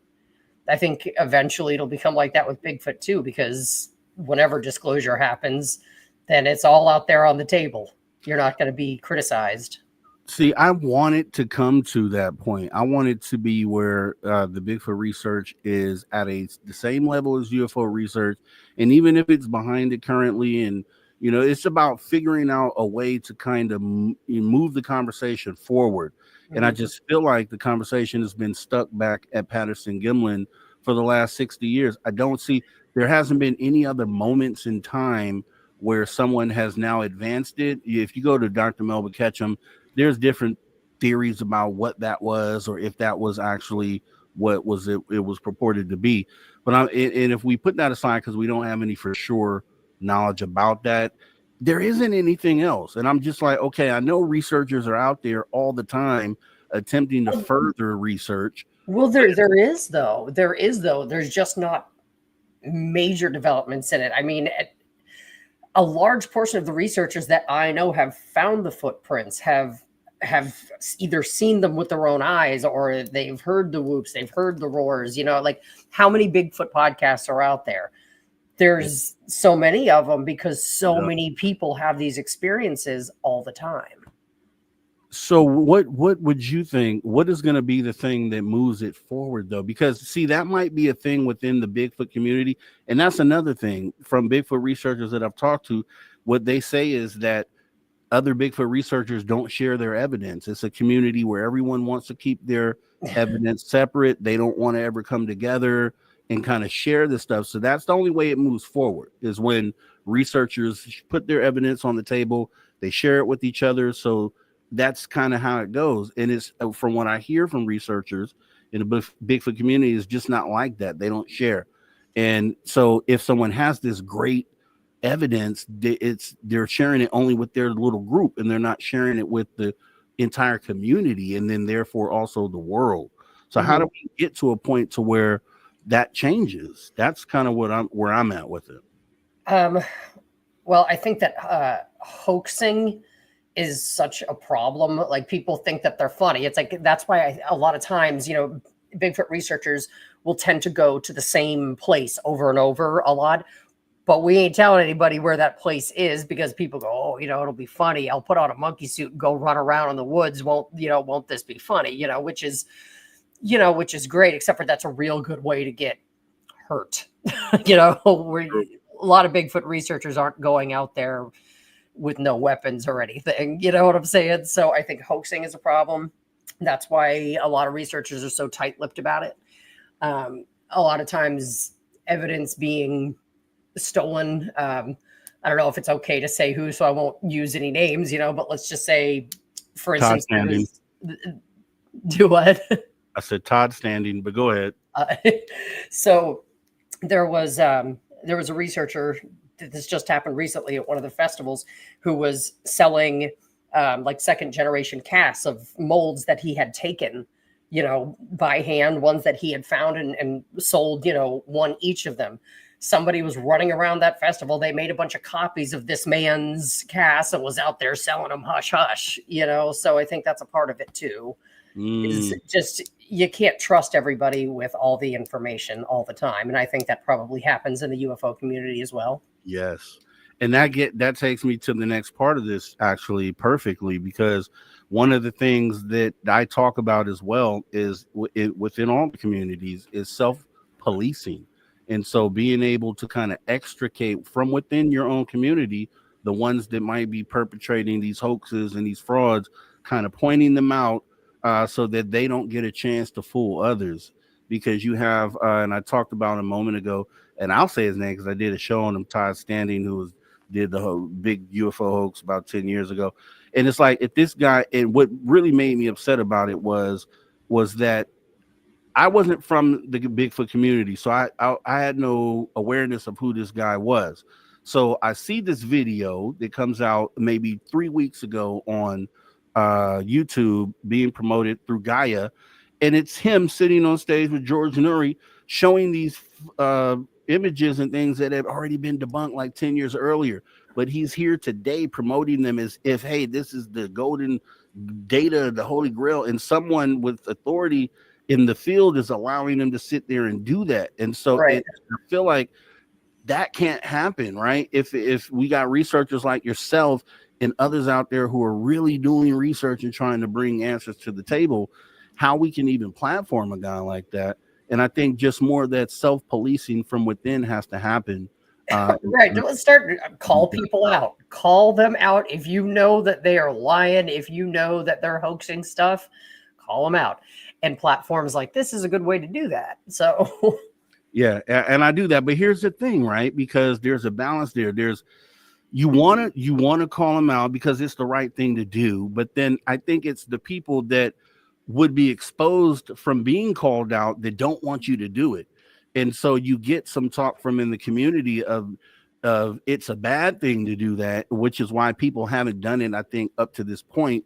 But I'm more so of the mindset that, yeah, UFOs, paranormal, if you know it, because when the people from the outside look into what we're doing into our community, they see the hoaxers and they see the other people who aren't serious about their research. And then therefore they put the label on the entire community that it's that way with all of us. And I get offended by that because I know that the things that I bring forward are 100% factual, no embellishment. And I would like for what I'm doing to be taken seriously. Right. And I know you do the same thing for your research. Brian does the same thing. But we have these other guys that kind of taint the waters and make us all look like we're just lying and not telling the truth. And that is problematic to me. And it's just like, I've thought about how we can kind of get rid of that element. And the only thing is to self-police from the inside is the only thing I could think of. Yeah, I mean that's. I think you're right about that. Absolutely. I mean, but there is no official cryptid paranormal police, so we've got to do it ourselves for the most part, and just calling people out like that, and it has happened before where people have gotten busted faking evidence and they get kicked out of the community, so to speak. Yeah, I saw a couple that kind of admitted on that they were doing Bigfoot hoaxes. They kind of just had to admit it because they were kind of caught. And it's like, how embarrassing is that, for one, to have to, you got grown individuals out there that are faking and hoaxing things. Yeah, and it's like, the reason. Bring back shaming people. Yeah, that's kind of what I wanted to know, because I'm not above it. I'm not above it, and I'm more so because when you first come in the community, you're like eggshells. You're like, do you really challenge this or challenge that? Let me stay more in the middle. And the more that I've gone, and I feel like it's kind of more of our duty to do exactly that and call those people out. Because if we don't do it, who else will? The skeptics do it, and then we attack the skeptics because we feel like they're just being unfair to the community, period. And it should be us on the inside that are actually doing that. So, well, there should be everyone should have a certain level of skepticism. They definitely should. I don't know if I would trust someone 100% who questions nothing ever. That just seems kind of dumb. That is true. That is true. I did a show on this as well on my channel where there's skeptics, there's non-skeptics, but on each side, there's an extreme side to both. There's an extreme non-skeptic side, which are just people who believe anything you tell them. And then there's an extreme skeptical side, which they don't care. It can't exist, period. It cannot exist. So it's the ones in the middle, the ones with open minds that are able to have this conversation. That's why I always invite skeptics into this one. As long as you have an open mind, you might say something that moves the conversation along, or at least gets someone thinking about something. And I think it's what we need in this conversation as well, is both sides, and not just preaching to the choir or in an echo chamber, which you find a lot of shows are. I invite skeptics in and wish they would come in and join the conversation. Yeah, no, I agree with you. And I think that's a great way to also present new ideas, like, for instance, just since we started the show tonight, there's a couple of things I've never thought of before. It's like, oh, that's interesting. I should probably get into that, so definitely be skeptical as well. Yeah. And I always, people thought there was this person that was out there. I won't say his name tonight, but he was very skeptical of the community. And but I realized he was the only one calling people out. And half of the people that he brought up, I didn't have a problem with them calling out. I'm like, yeah, call that person Go get out. Right, exactly. And I was telling that man, great work calling people out. And then I just turned around and looked at the community like, wait a minute. We are supposed to be doing this, and who is actually doing this? And I'm looking around, it's like nobody. Everybody's scared to call someone out or to kind of bring that, it brings credibility from those people on the outside who are saying, hey, at least you're attempting to hold people accountable within your community who are committing these hoaxes. And that brings a lot of validation and credibility to us just through that alone. So with that being said, we're actually going into our final break with our guest here already. Julia Sims right here on Spaced Out Radio, the After Hour Radio Show. It's been really, really interesting tonight. And guess what? We're going to be answering your questions right after the break. I have them right here, I promise. We are waiting for the answer. I totally agree. Thanks for that super chat. We'll be right back after this break.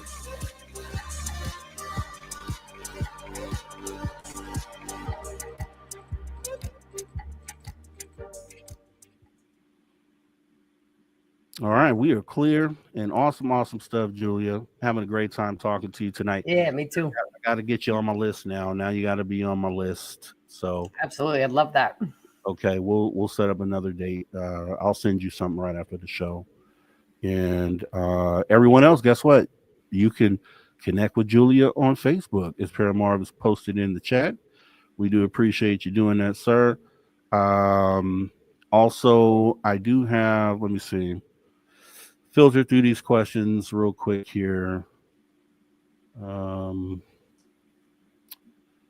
Obviously any additional questions, just post them in caps and we'll try to squeeze them all in here. Let's see. Black one door, blah blah blah. Okay. All right. Yep, we got a few questions in here. I know we got some great question askers out there, so let's go ahead and get those things posted in the chat here. And so what do you got going on? So you got the Unify the Woo. So how are you doing that on TikTok? So are you doing that in this sort of setting, or how are you going to do it? Out and about? Yeah, you know, I'm about to leave Florida. I got some friends with some land up there in the Blue Ridge Mountains. I got a big camper. I'm going to be out there kind of getting into the research side of this a little bit more, but I'm also, you know, I'm still traveling intermittently with Mike and his show.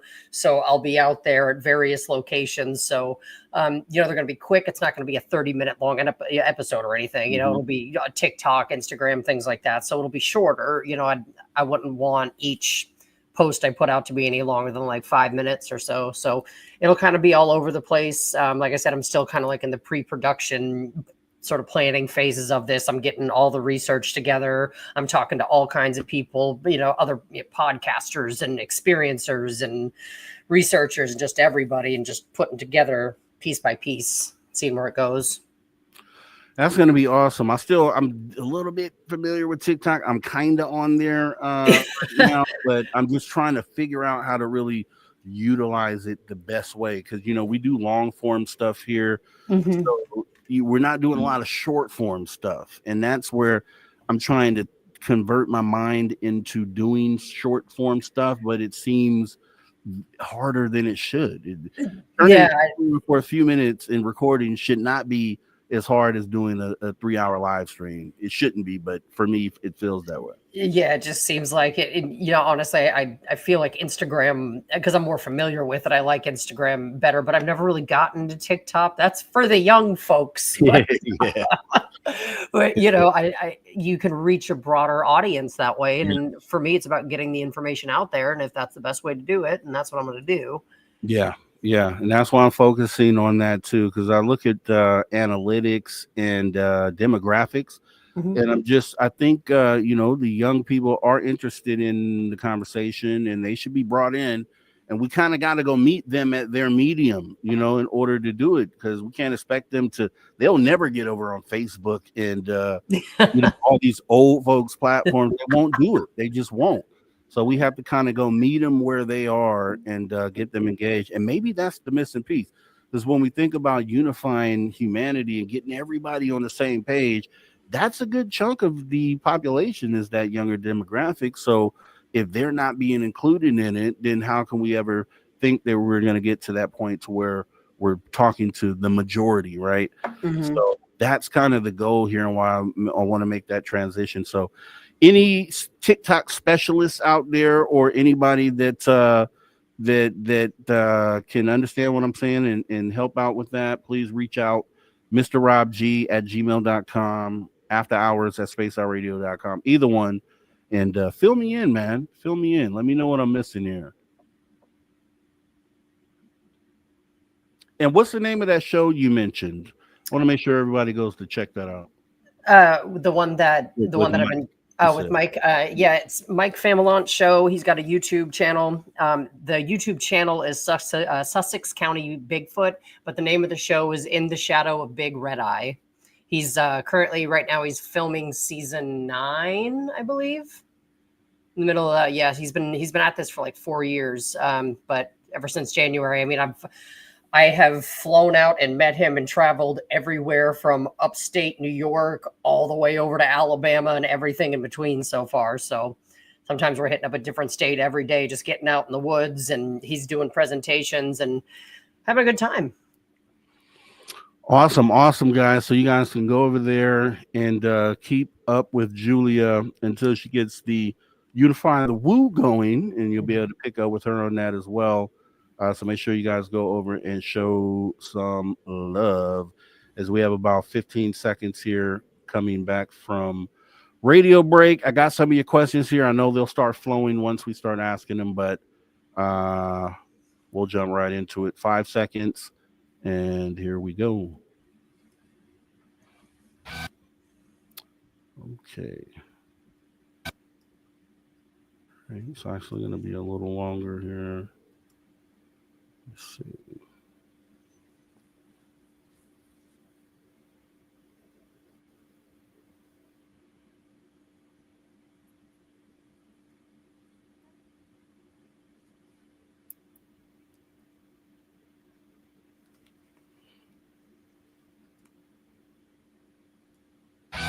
All right, everybody, welcome back. Spaced Out Radio After Hours Radio Show. We're on the back half of the second hour, getting into your questions here with our guest, cryptid researcher Julia Sims, talking about Unifying the Woo, UFOs, Bigfoot, all sorts of topics. I'm telling you, it's been good. If you missed it, hop in the archive, youtube.com/@SpacedOutRadio. As we jump into the first question that I can see here of the night, that came from, let's see, that one came from Jose Sanchez. Rob G and guest, have you heard of the Nordics being confused for angelic beings before? I've heard some theories on that.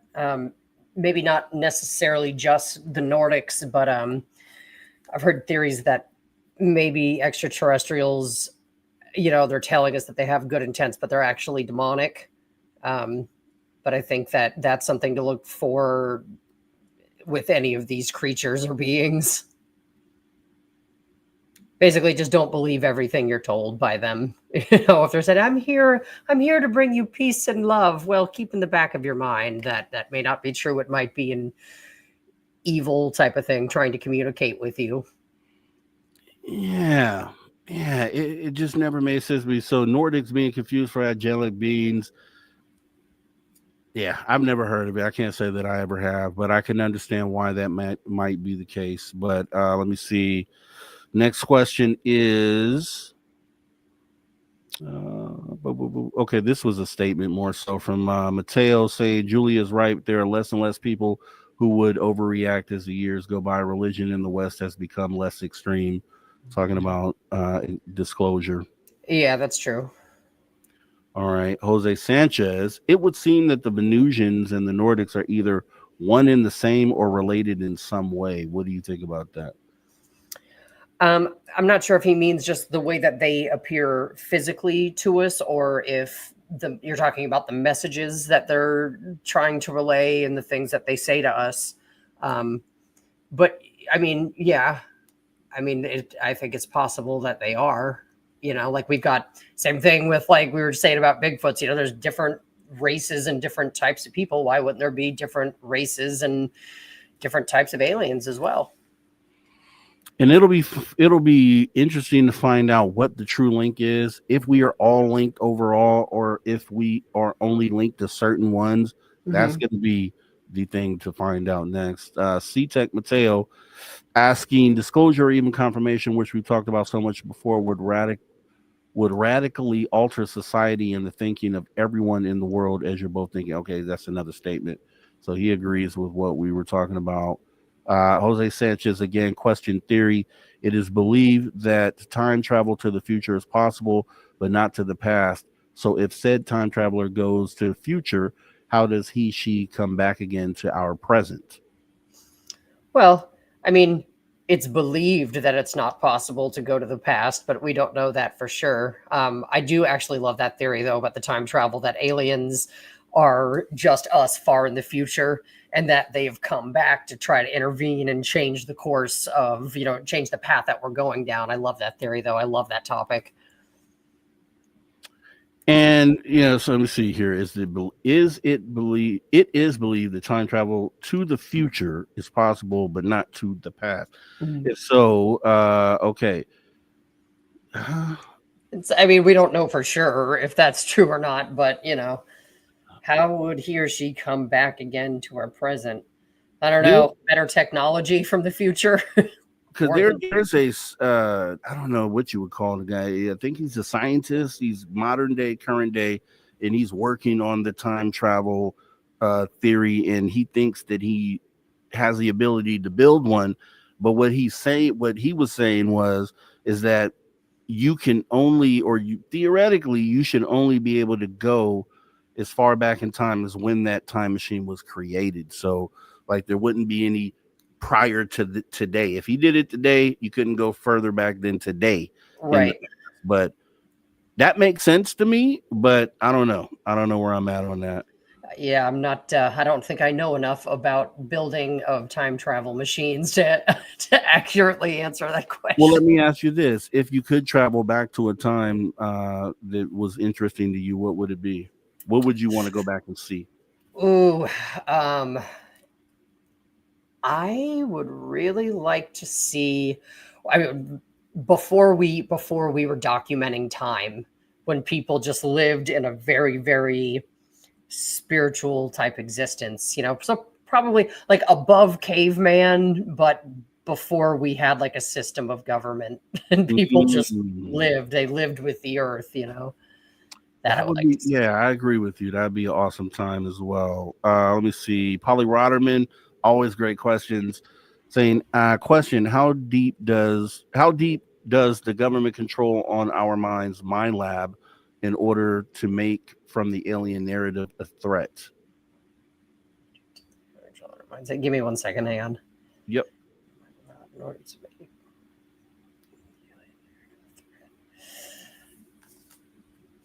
I'm not totally sure I understand the question. So maybe I'm just reading it here. So how deep does the government control? So how, in order to make the alien, I think in order to make the alien threat a narrative, how does the government control of our minds go in order to make the alien threat a narrative to us as human beings? Do you think that our minds are being controlled? Because I do. I definitely do, to an extent. I don't think that we're out there being puppeteered necessarily, but I think that there's a great influence that we are not aware of that's happening, that's guiding us one direction or another, depending on what that agenda is. So with my labs, people think, or in that whole theory, they say that governments, military, we're being abducted essentially by our own government, and Right. They're making it seem like extraterrestrials.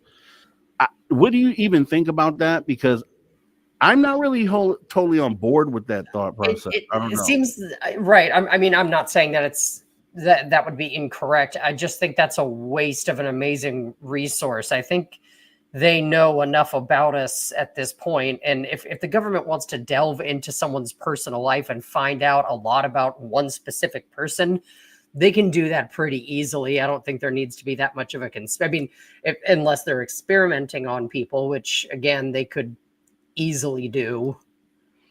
That's the whole part of it that I don't get, because like I said, they could easily find out anything about anyone. I just always have a question, like, what would the government gain from just being involved in that whole situation? I always ask that. Answers I get don't always truly answer it for me. So yeah, maybe like a personal gain or something, for the 1%. Yeah, like, what would faking an alien invasion do for them? It's always what I've thought about, and I just can't think of anything that makes sense.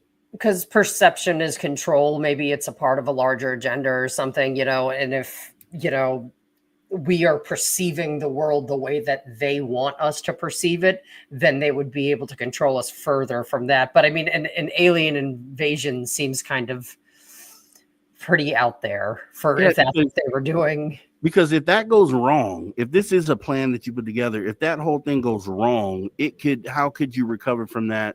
And there will be so many different moving pieces to that you would have to try to correct. And that's why I just don't see it as realistic, although it's still, I'll be open to it. Yes. Next question comes from Roger Murray asking is the Jersey Devil real? Is it a real cryptid in your opinion? So I don't know a ton about the Jersey Devil, but Mike Familants, he lives in New Jersey, and that's where he's from. And his take on that is that the Jersey Devil is not a real thing, but I didn't know this. There's a small community of sandhill cranes up there, which is something that we see in Florida every day. I didn't know that they were up there that far north. And if you've never seen a sandhill crane, it looks like a big flying, terrifying dinosaur kind of a thing. Especially if you saw that at night, they're huge. These things are massive and they're really, really ugly. So if you were just seeing one of those, especially at night flying in the sky, and you just caught a glimpse of it or something, he thinks they're sandhill cranes and they were just mistaken. The first time anyone ever really saw one and never seen one before. But again, I don't know a ton about Jersey Devil. Yeah, and I was saying earlier, is the whole cryptid side of it. I'm open to it all. And the reason why I walk into, because I question things, and I don't want to ever make it seem like I'm questioning it because I don't believe in it. Mm-hmm. I question it because I think you should always question things. And yes. The thing is that I always start out the conversation saying, we had 60-foot lizards walking on this planet that we know it for sure. So if that happened, then everything else is possible. We're sitting on a rock that's floating in something we call space that is supposedly doesn't end, it's infinite, and we're going around a ball of fire. And if that's what is going on, then anything else is possible. What are we talking about? Yeah, stranger things have happened that we have, solid evidence of. I mean, why couldn't you believe that there's other creatures from another place visiting sometimes? There's all kinds of weird stuff out there. And I say that to skeptics too, because it's like, if you really are open-minded, you're thinking about it, you should be like, yeah, that is weird. So, okay, yeah, I'm open. I do understand that we should be open to anything being possible. Mm-hmm. But we have Jose Sanchez, let me see. The engineer, blah, blah, blah. Okay, it's not a question, but Paramarv did drop one in here saying, Julia, in the spirit of unifying the woo, any thoughts on the relationship between ETs and Bigfoot? We kind of talked about that, but I guess you can go deeper. Yeah, one of the theories that I kind of think about a lot, and I'm always really interested in, is that they are coming here from they're coming here from other planets, basically, that they're dropped off here for whatever reason that might be, because a lot of times, and this is what I'm saying, how I also kind of think that it's all related. A lot of times, if you have someone, and I mean, definitely look into this too. Someone will call the local police station. They say, I saw these really weird big lights in the sky. And then I saw a craft flying in the air right afterwards. And then right around the same time frame, you'll get somebody who calls the police station to say, I saw these really weird lights out in the woods, and I swear I saw Bigfoot. It'll happen at the same time and very close to each other. So I think that there definitely is some sort of correlation between the two.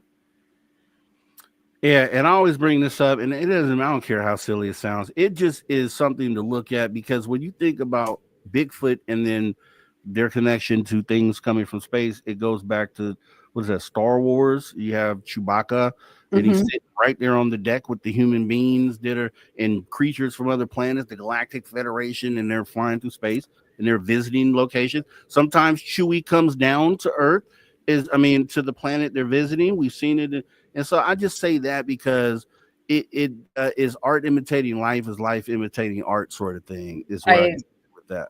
I think that Hollywood this is not, a new theory or anything, but I think that Hollywood definitely puts out small pieces of information and works with the government like that. It's almost like little bits of soft disclosure here and there.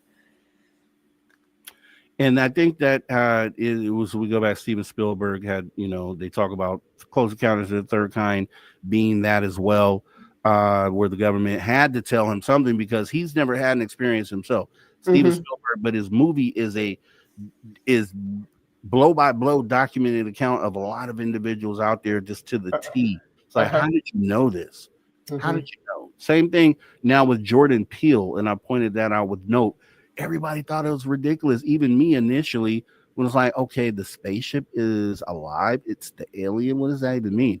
But then there's been more and more things to point to that say these things might be alive for whatever reason, whatever that means to people out there. They might have some sort of biological something going on with these crafts. So yeah. Let me see here. We got C-Tech Mateo. Question, Julia. What level of confirmation or disclosure do you think it would take to cause society as a whole to make the big paradigm shift that we're all talking about? A worldwide event, probably. I think that if they appeared, just like the movies, if they appeared at strategic places all over the world at the same time, it doesn't matter what you believe or your background. It doesn't matter what part of the world you're from. If the whole world all of a sudden was seeing it all at the same time, I think that would probably do it.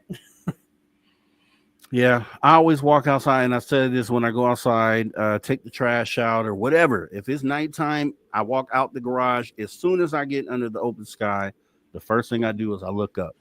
Then I look up over here, then I look back behind me, and then I continue doing what I'm doing. And then on the way back in, I'd look around as well, and then I go in. And I do it every single time. It's funny that you say that, though, because, there's different types of Bigfoot researchers, and there's people that always stare at the ground because they're looking for tracks. That's their thing. They're looking for the footprints. And then you've got the people that are always looking off to their sides, because they want to see if anything's flanking you, and if anything's walking side by side and watching.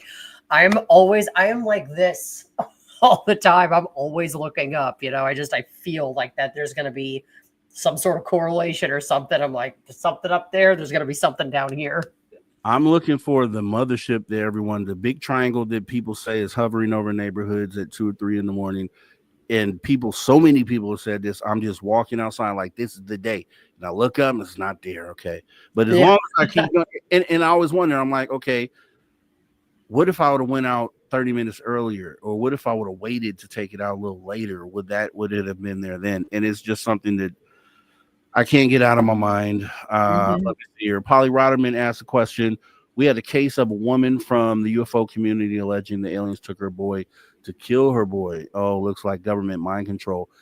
And yeah, that's a rabbit hole, right? Because there's conspiracies of governments doing crazy things, unspeakable things to their society. We know that has been done in the past for different various reasons. I don't know if this correlates to that, but it could be something born off of something, and then now at this point it's UFOs or aliens. Yeah, that could go a whole different place, but it's definitely of governments that have done things to their community for unspeakable reasons. So yeah. With that being said, we have Gray Owl. Thoughts on why Sasquatch researchers always see Sasquatch, werewolf detectives always see werewolves, shape-shifting, or individual relativism. Yeah, you know what? I actually I have a theory on that too. I think that sometimes certain things appear to certain types of people because it's what their mind can handle, or it's what their mind would naturally go to. Like a lot of times people even that have the same experience, they'll say, oh no, what I saw looked like a monkey to me, and the same person will be like, no, that definitely looked like a wolf to me.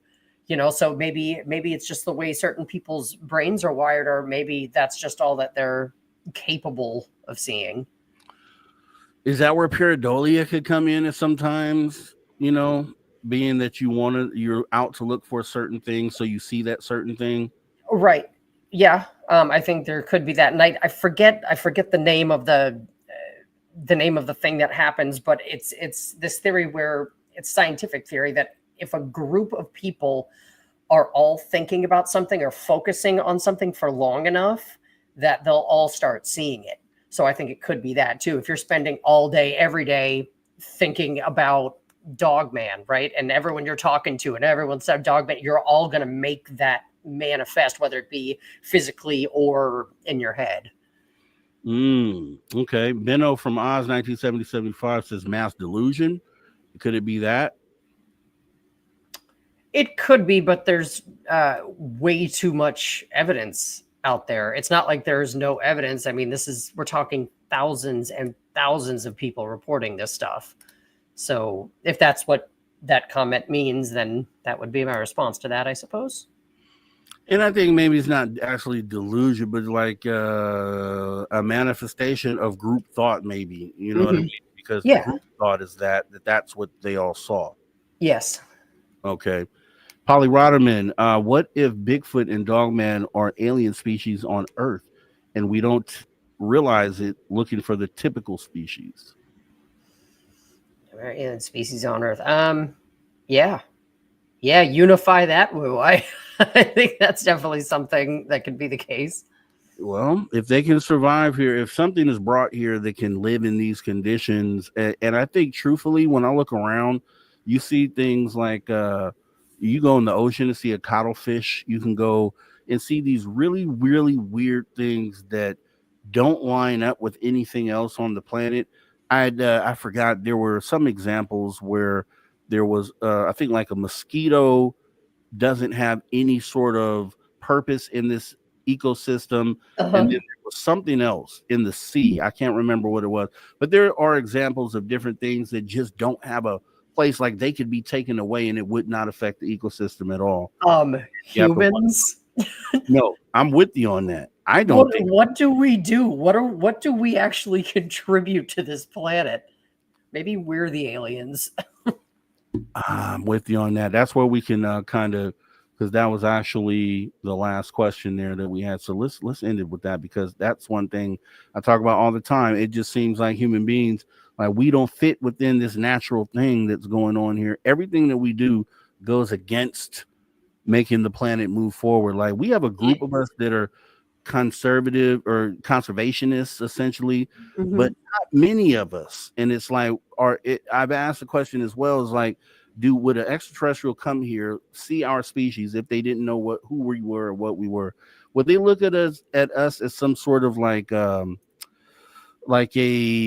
cancer, like it's like a bacteria parasite, or something? yeah, like a parasite.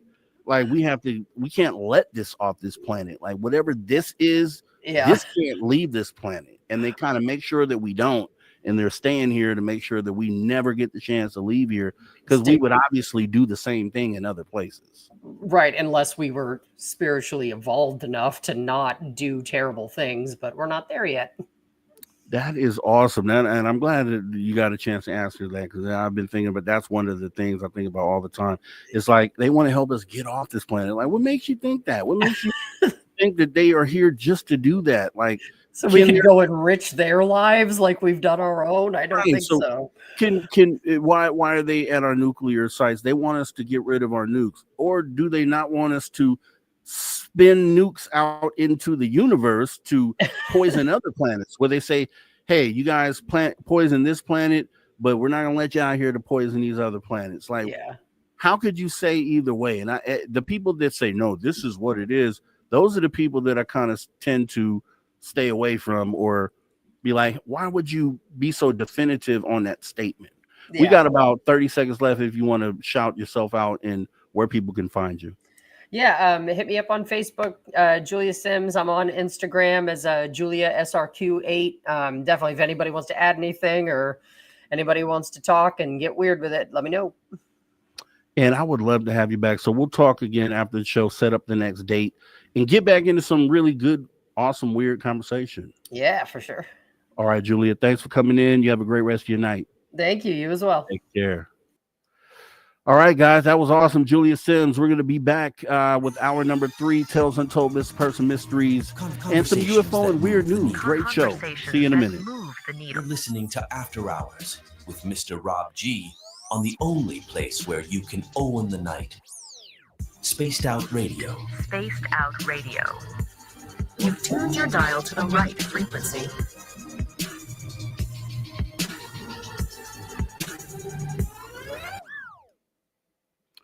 All right, guys. See you back here in 5.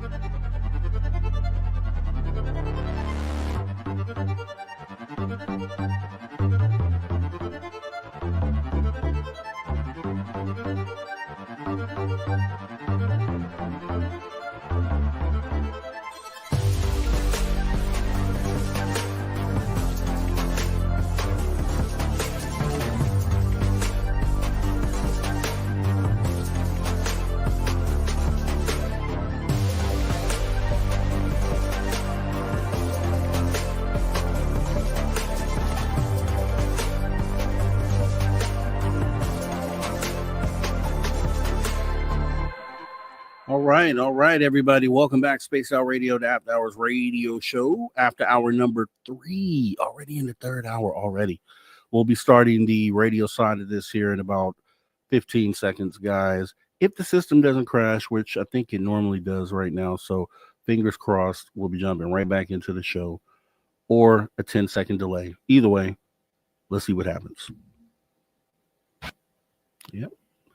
Okay, so marking that is the top of the hour. We have to fix that entry as we get ready to jump right back into the show here. Give me just a moment.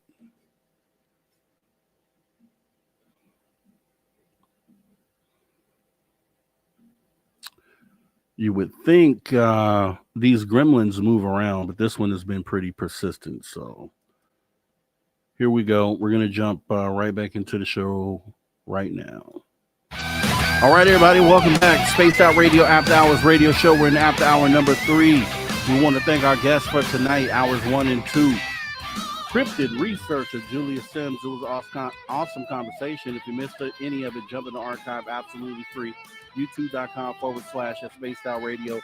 We're going to actually go ahead and jump into some Steve Stockton Tales Untold Missing Person Mysteries right about now on Spaced Out Radio, because we love Steve Stockton. And we appreciate that he's a part of this show. So let's go ahead and get going with Steve Stockton right about now. Welcome to Tales Untold and Missing Persons Mysteries on Spaced Out Radio's After Hours. My name is Steve Stockton, and I'm here to take you on a journey of mysteries, legends, and true stories. Come, join me on this strange adventure of Tales Untold and Missing Person Mysteries. We have Angela Marie Hammond. On April 4, 1991, 20-year-old Angela Hammond was at a phone booth in Clinton, Missouri at around 11:45 p.m., talking to her fiancé, Rob Schaefer. The phone was located in a parking lot outside of the Food Barn store in the center of town near Jefferson and 2nd Streets. Angela had parked her car in order to make the phone call to Rob because she wanted to let him know that she was too tired to meet with him that night like they had planned and just wanted to go home, take a bath, and relax instead. The two lived together, but had plans to meet somewhere after they both got out of work. While on the phone with him, she mentioned a mysterious pickup truck that had just started incessantly circling the booth she was in while she was talking to it.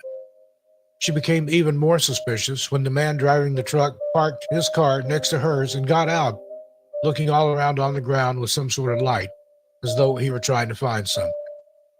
Not knowing what was going to happen next, but having a bad feeling about the whole situation, Angela described both the man and his truck to her fiancé. She described the man as being filthy and bearded.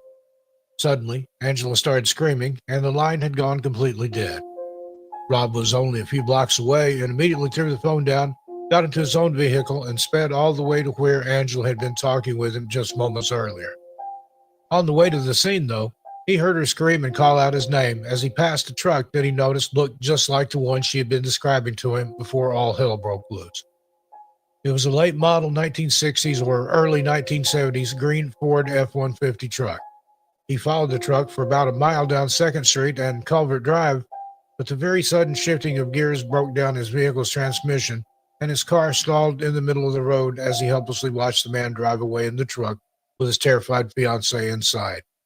Angela was 4 months pregnant and was never seen or heard from again.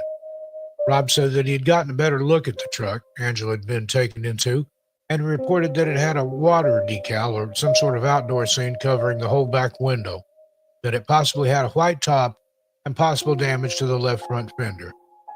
Witnesses reported seeing a Caucasian male driving a similar-looking truck near the phone booth at the same time Angela disappeared.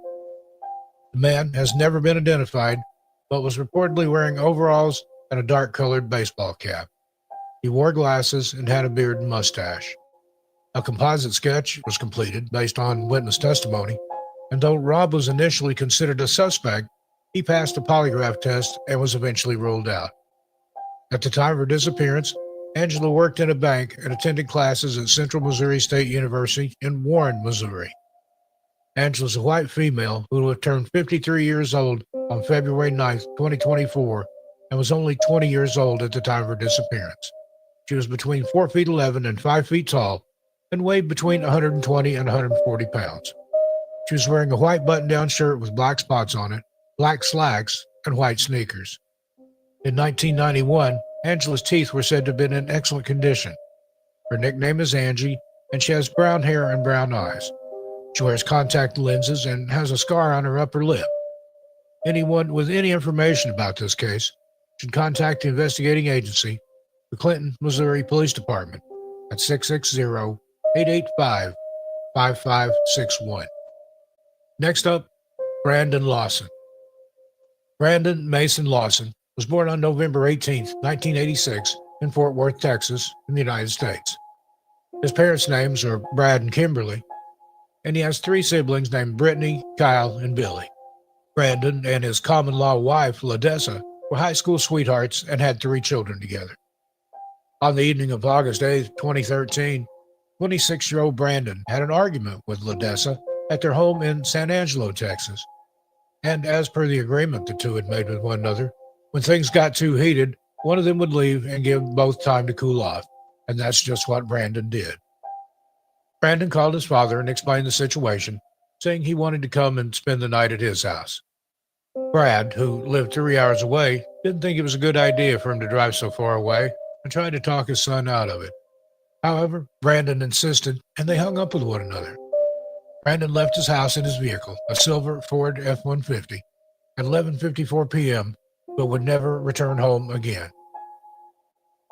Brandon ran out of gas on his way to his dad's house, which was located in Crowley, Texas, and he pulled over on Route 277 between San Angelo and Bronte in Coke County. His brother, Kyle, only lived a mile away from his and LaDessa's house, and he asked him to bring him some gas so he could get back on the road.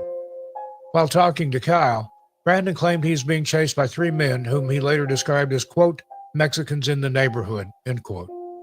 Kyle wasn't sure he believed what Brandon was telling him, but didn't know why he would lie about such a thing either. Brandon had a history of drug abuse, but had been completely clean for about 6 months leading up to the night of his disappearance. However, Kyle asked him if he'd been using, thinking that maybe his brother was just hallucinating. Brandon denied being high, and after hanging up with his brother, Kyle called LaDessa and explained what was going on. She left a fuel container outside for Kyle and his girlfriend to pick up so they could put gas in it and bring it to Brandon. Kyle didn't have any money on him at the time, but planned to pick Brandon up, bring him to the gas station to get the fuel, and then drive him back to his truck so he could put enough gas in to get into the station with his truck to refuel it properly. They drove to the location Brandon had given them and saw his truck parked on the side of the road, but they didn't see Brandon anywhere. A sheriff's deputy who had been contacted by a trucker showed up a few minutes later to check the vehicle out. During another call between Brandon and Kyle, after Kyle had gotten to the truck and saw the officer there, Brandon told him, I can see you. I'm right here. However, neither Kyle nor the deputy could see Brandon anywhere. When Brandon still hadn't shown up after several more minutes, Kyle thought it was possible that Brandon simply didn't want to have any contact with law enforcement because he had only recently learned that there was an outstanding warrant for his arrest. It was related to some drug charges issued to Brandon out of Johnson County years before in 2005. Many phone calls were made to and from Brandon's cell phone that night. The area had very poor cellular reception, so many of those calls either never went through or were dropped. It was at 12:30 a.m. that Brandon first called Kyle and told him he was out of gas. At 12:51, just after dialing 911, which we will discuss further in a moment, Brandon called Kyle's phone and left him a voicemail. Also at 12:51, Brandon called LaDessa, but she didn't pick up because her phone had been left in her car that night, which wasn't too unusual. At 12:52, Brandon called Audrey, Kyle's wife, and said, Audrey, I'm bleeding. Those are the last known words ever to be spoken by Brandon Lawson. At 12:54, Kyle called Brandon, but got no response. And at 12:57, Brandon called Kyle back. Then at 12:58, Brandon called one of his neighbors. And at 12:59, Kyle called Brandon again. However, none of these phone calls would last very long, and none of them got Brandon and his brother any closer to one another. At 1:04 in the morning, the 911 dispatcher called Brandon back and tried to get some more information, but he didn't pick up, and she left a voicemail. At 1:09, Brandon called Kyle 3 times in a row, and then at 1:15, called him twice more. Those are the final calls made from Brandon's phone. And from 1:19 on, all calls to Brandon's phone went directly to voicemail, and no calls were ever made from the phone after 1:15 a.m. call to Kyle. Brandon's 911 call became a huge subject of debate and the hottest topic of the case overall when it was finally released to the public, and the internet all but blew up with theories and speculation about what was being said and what could have happened to Brandon. It's incredibly hard to understand what's being said, possibly due to the poor cell service in the area. Here's one interpretation of several circulating online of the transcript of his original 911 call that night. Many people hear different things, and mostly what's being said has never definitely been determined, but many sources believe this is what most likely had been said that night. We have no opinion one way or another, but here's the interpretation.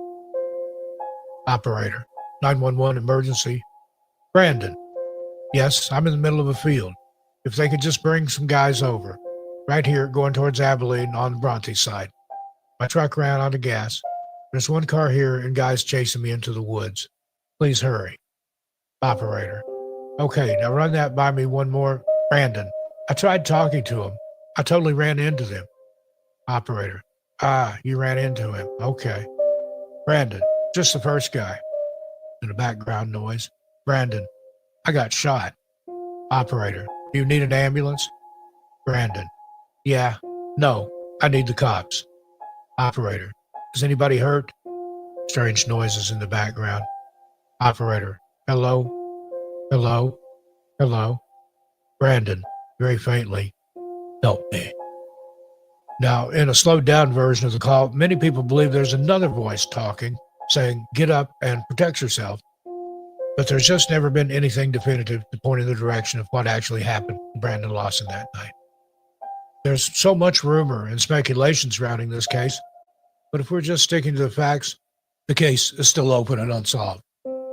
Brandon's family continued to search for him in the area through the morning, but they never found any evidence as to his whereabouts. Law enforcement initially presumed that Brandon might have been hiding and on the run because of an outstanding warrant, but most people didn't find that plausible, given that he called 911 himself and specifically requested the dispatch send the police to the station.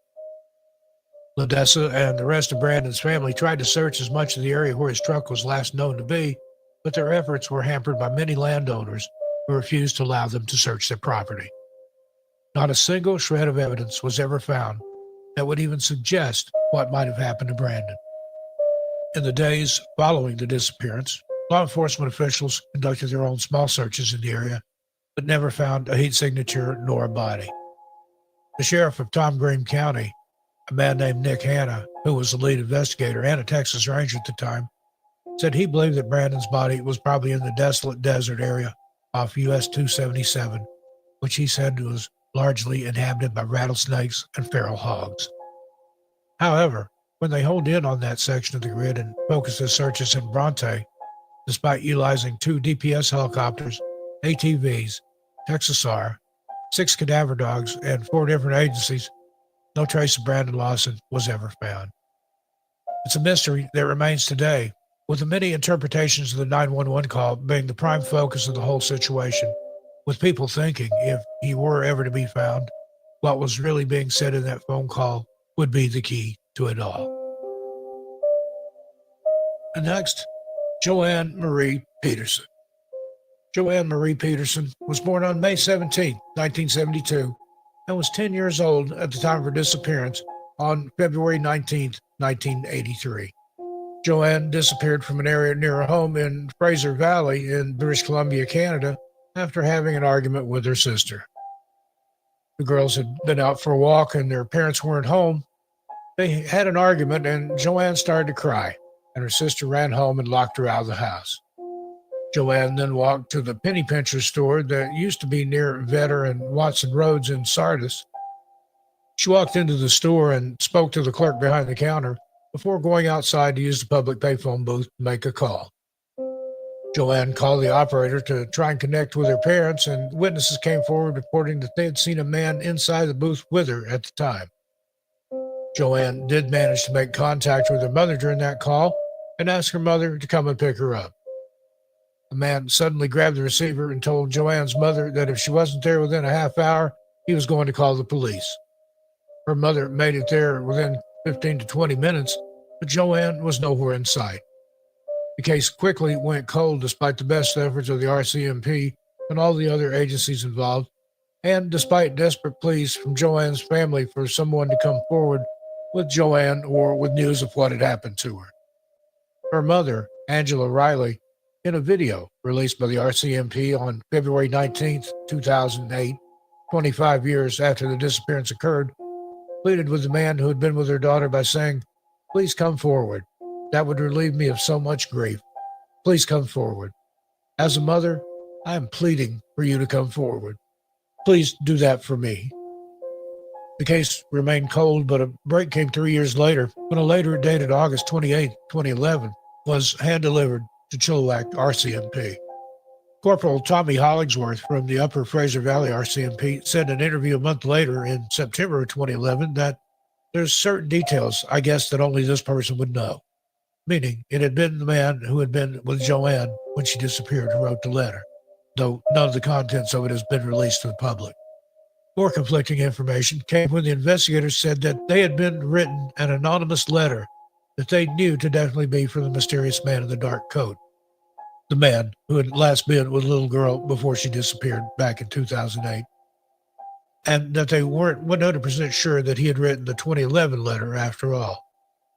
In 2023, just days before the 40th anniversary of Joanne's disappearance, Chilliwack RCMP announced that they had identified the man who had been in the phone booth with Joanne that fateful night.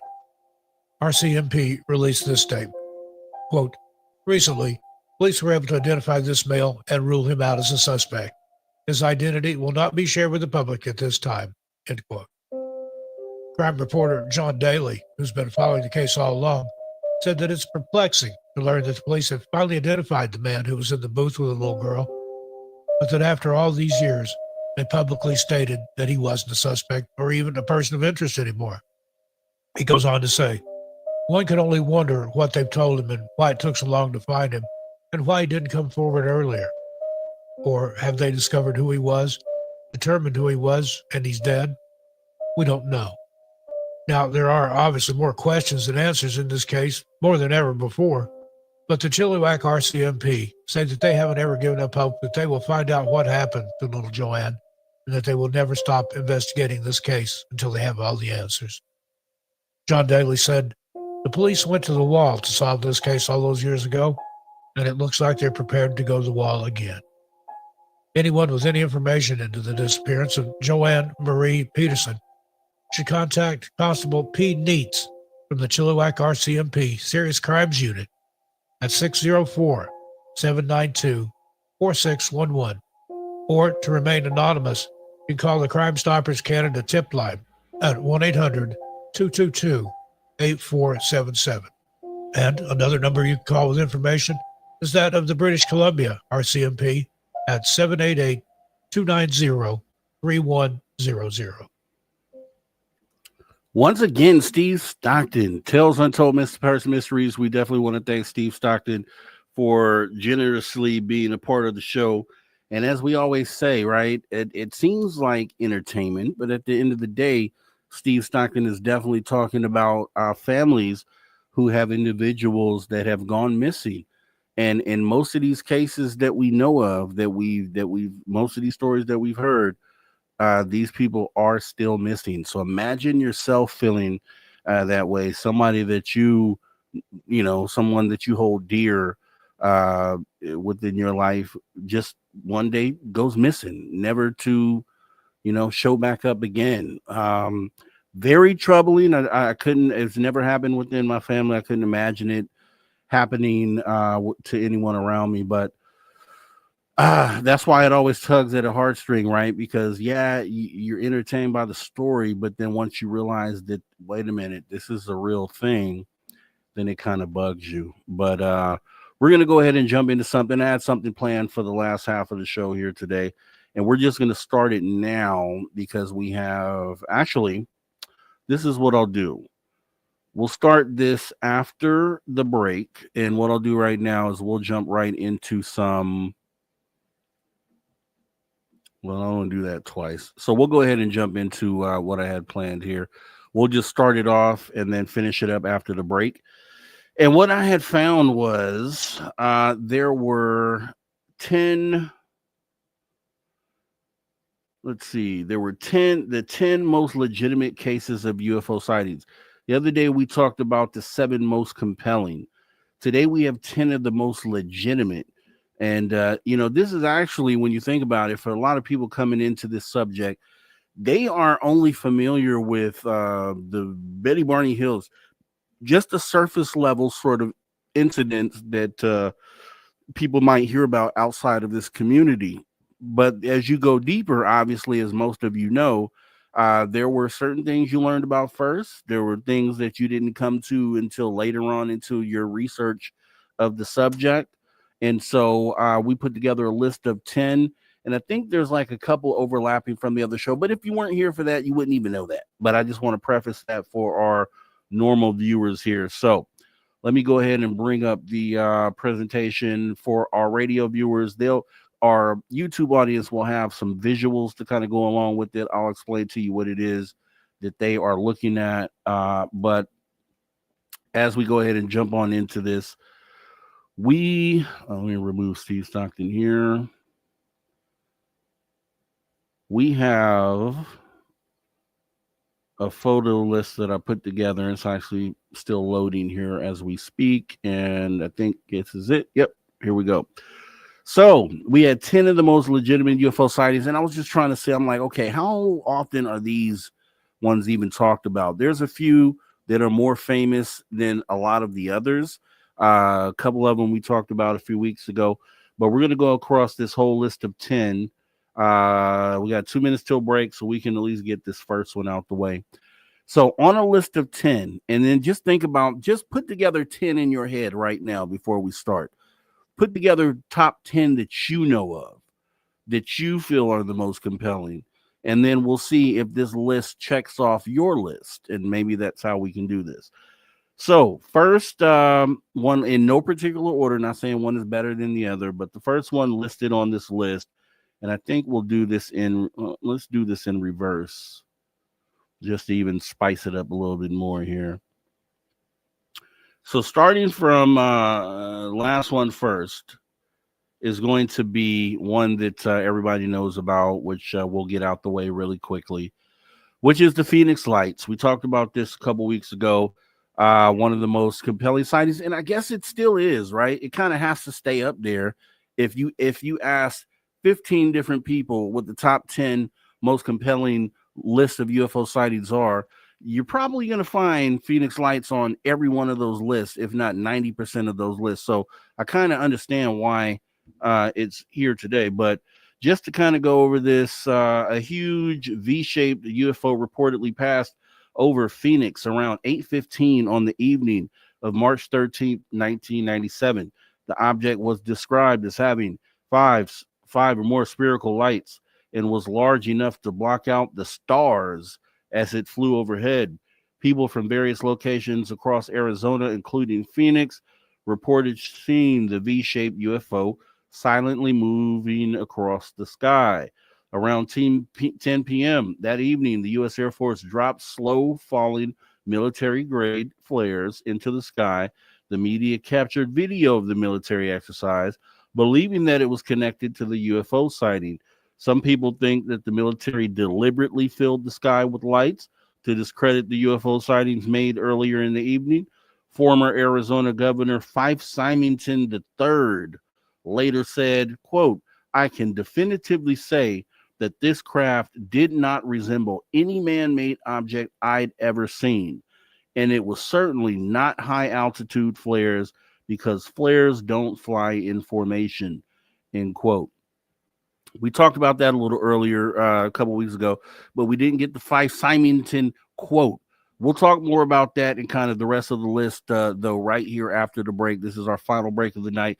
Make sure you stay right here. We got that UFO weird news still coming up later on. So jam-packed 20-25 minutes left in the show. Make sure you stay right here, or if you walk away, make sure you come right back. And we'll see you right after the break. Spaced Out Radio, the After Hours Radio Show.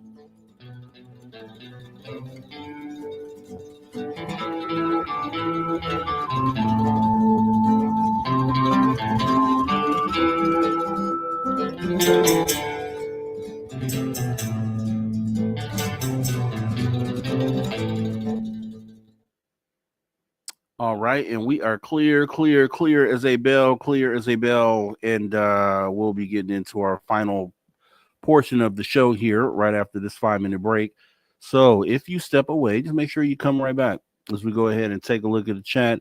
I know I mentioned Phoenix Lights, and we do know our dear friend Tom King filmed that event. He was there.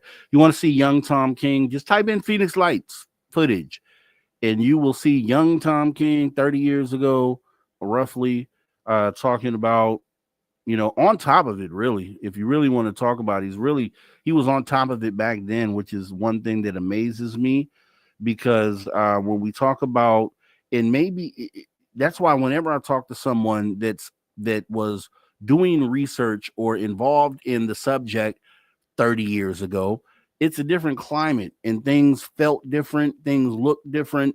And so it's always cool to get what the perspective was at that moment in time. Like, how was the world feeling? What was this something that was a blip on the radar?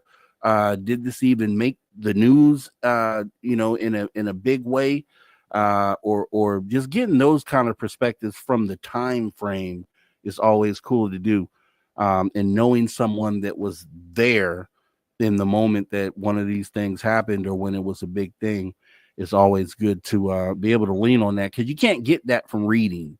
You can't get that from just a news clip or a video clip. You can't get that feeling. So specifically, that's why I always like to ask people from that time frame what it felt like. Like, what did you feel? How were people feeling, right? So with that being said, let's see here. We'll be back from radio here, our break in about 2.5 minutes. And Benno from Oz 1975 says, drones carrying a giant black sheep. Yeah, I mean, okay. Yeah, I mean, I don't know if there's evidence to say that it wasn't drones carrying a big black sheep, but I doubt that it was that.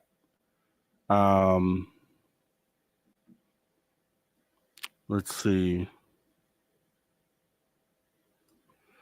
Kurt Russell and Alex Cooper saw the Phoenix Lights. I know Kurt Russell was supposedly piloting a plane back then, and he came out only recently, right, over the last so many years, and kind of said that was the case. And I think it just came to his realization. Is this how off planet Earth you are as a celebrity and a superstar, that you don't align your experiences with what's happening in the news for everyone else? Is that kind of what I'm feeling here, what I'm getting from the celebrity? Because how do you go all those years and then just realize that you flew in and saw the Phoenix Lights? Like, you had to be living on and mentally in a different planet than everyone else to unless it wasn't as big in the news as we think that it was, when we think back now. And that's a good way to look at it, because, hey, yeah, if it hit the news, but it barely made a blip and it hit more of the tabloid news circuit and didn't hit the main major news circuit, then maybe that could be a way that you could escape from that moment and not realize that you also witnessed the moment, right? That could be a reason why. I don't know. I kind of look back and think about that stuff, but definitely something to think about.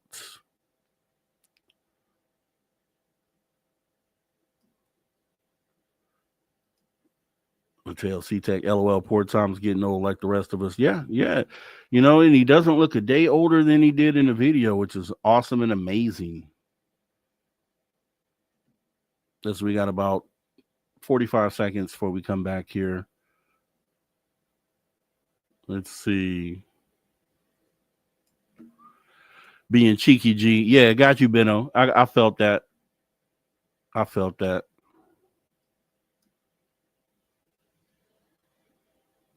And we have about 30 seconds left here.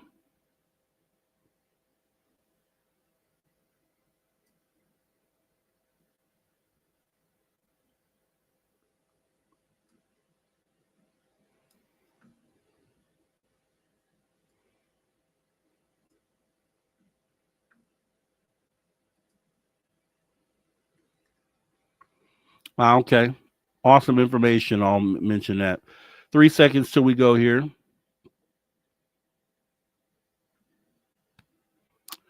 Or more. So it was at top of the hour. Last 30, top of the hour, and then this one. Okay.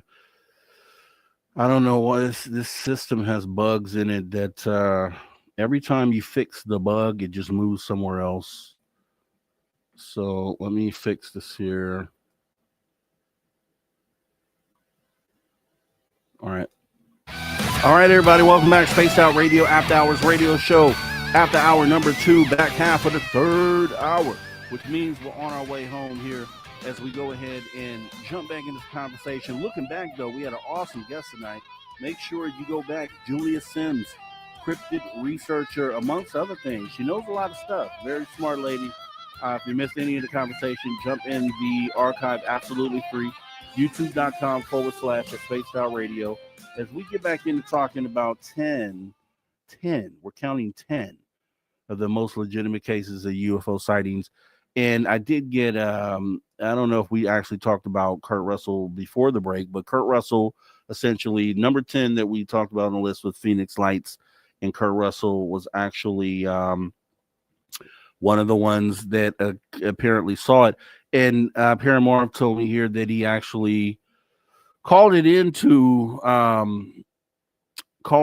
traffic control. But I think okay, so that was called in, but I don't think that initially he lined it with the Phoenix Lights. I think he didn't do that until later on in life. But it's good to know that he at least called it in like a responsible pilot. If you see something weird in the sky, you should definitely be doing that. Jumping into the next one here that we had on the list. This is also one we covered, but it's still right. If you ask 15 people who know experience or UFO experiences and sightings, historical, they're probably going to give you this one too, which was the Rendlesham, right? We just talked about this 2 weeks ago. UFO observed on December 24 or 6, 1980 in England's Rendlesham Forest near the Royal Air Force Station of Woodbridge. In Woodbridge, after witnessing some unexplained lights, several Air Force personnel, including Lieutenant Colonel Charles Holt, decided to head into the woods to get a closer look. They were expecting to find a plane crash. Instead, according to Holt's memo, they saw a glowing metallic object that moved at phenomenal speed through the forest. The next day, servicemen returned to the site and found triangular-shaped impressions in the ground, broken branches on the trees, and radiation readings that were 10 times the normal background level.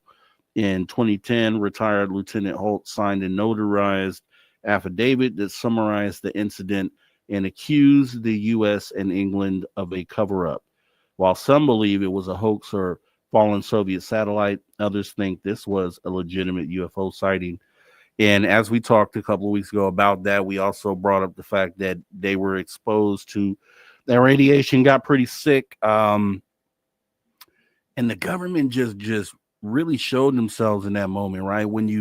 How would you allow us, not just a citizen, but it's not like there's any difference. We're all, I think, equal when it comes to this. But on top of that, a person who is committed to putting their life on the line for their country, right, and stepped out there and decided to join a military service, you could then turn around on that same committed individual and pretend like they weren't at a site that they were at and didn't cover them medically for things they were exposed to.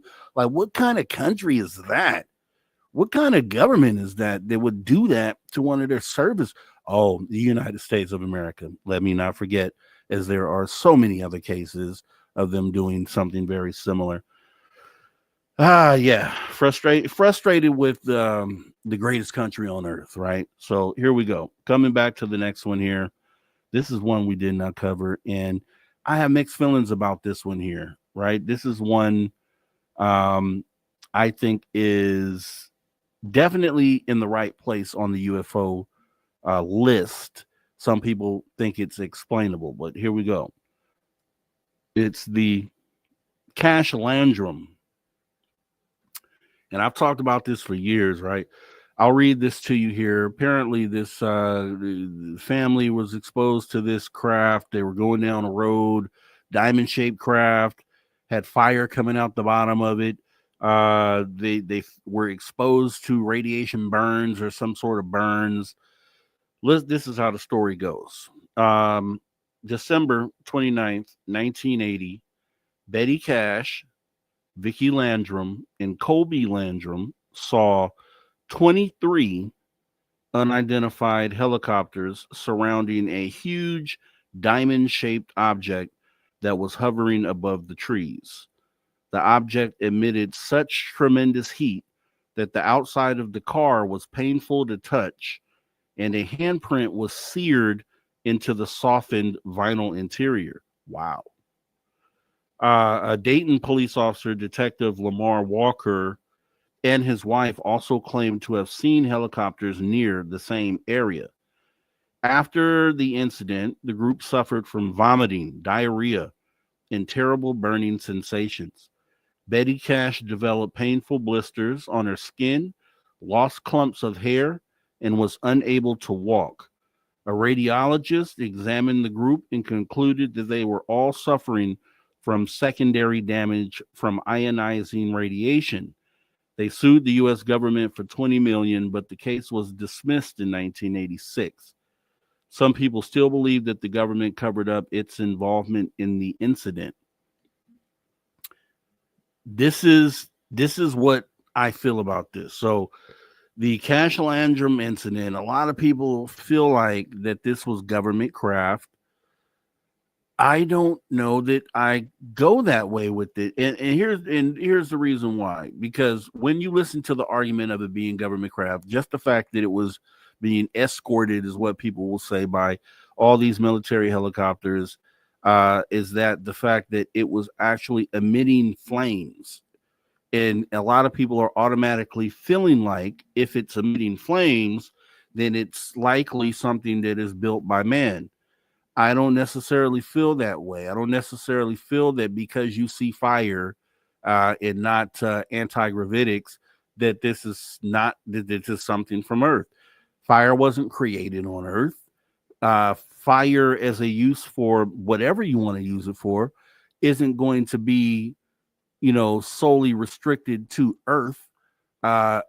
It's likely that with fire being one of the early things that we discovered as human beings would be one of the early things other things ended up, discovering as well early on in their existence. So to say fire only means us is just crazy and ridiculous just on the face of it. There is no way to sit there and say that and make it factual. But for a lot of people, that's the only reason why they lean into, or the main reason why they lean into this being not extraterrestrial and then man-made. And I don't think that's enough. So for me, I feel like this was a UFO.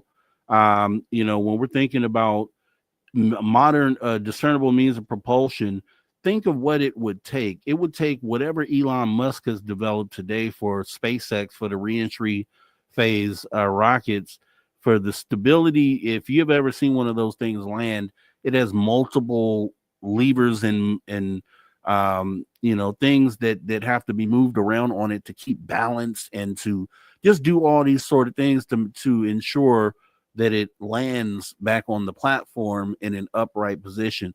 So that's why the Cash Landrum incident never really landed for me, because it's like, okay, so they were able to sustain controlled flight in a upright sort of mannerism, and it didn't tip over, it didn't do any of these things, right? And then why would they have it right where you have civilians, where you could do this easily in the desert?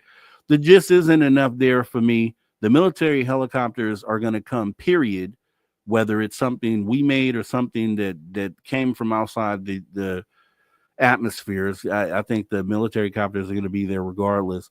So with that being said, I don't think you can just say it's man-made because of the flames. I think that could easily be some sort of extraterrestrial that still uses flame for propulsion, or at least maybe one stage of propulsion, as Zelani Zamora talks about. The craft he saw kind of raised itself up, kind of paused for a moment before it then shot off. So maybe there's different stages of levels of things that they use in their ships. It's not just one, the anti-gravitic isn't the thing that's going to shoot you off, or it's they got to activate anti-gravitics first, then they activate their propulsion method afterwards, or something along those lines, if you understand what I'm saying. But to get further down the list here, because we could talk about that all night, I'm sure. The next one we have is the Belgian UFO wave. We talked about this one a couple of weeks ago. Between November 1989 and November of 1989 and April of 1990, thousands of people reportedly witnessed triangular UFOs flying over various parts of Belgium. On multiple occasions, the Belgian officials even tracked these objects using radar. During the evening of March 30th, 1990, an estimated 13,500 people watched as the UFOs, 13,500 people, wow. People watched as the UFOs were chased by two F-16s. Over the course of an hour, the two F-16s made 9 attempts to intercept the UFOs and were able to make a radar lock with their targets.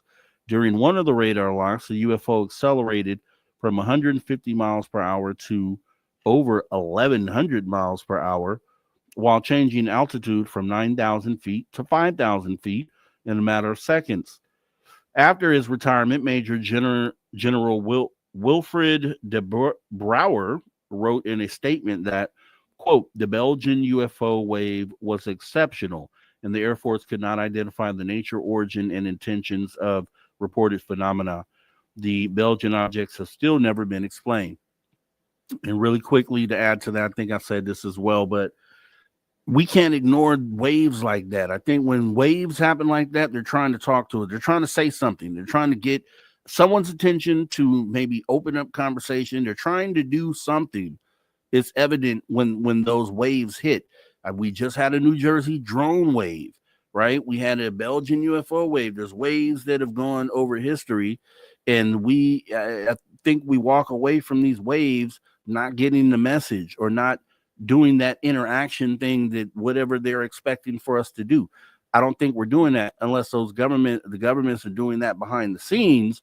They're taking that step to make the communication, and we just don't know about it. But I think every example of a wave where so many thousands of people or hundreds of people see something and they know we see it, that's an actual attempt to reach out to humanity.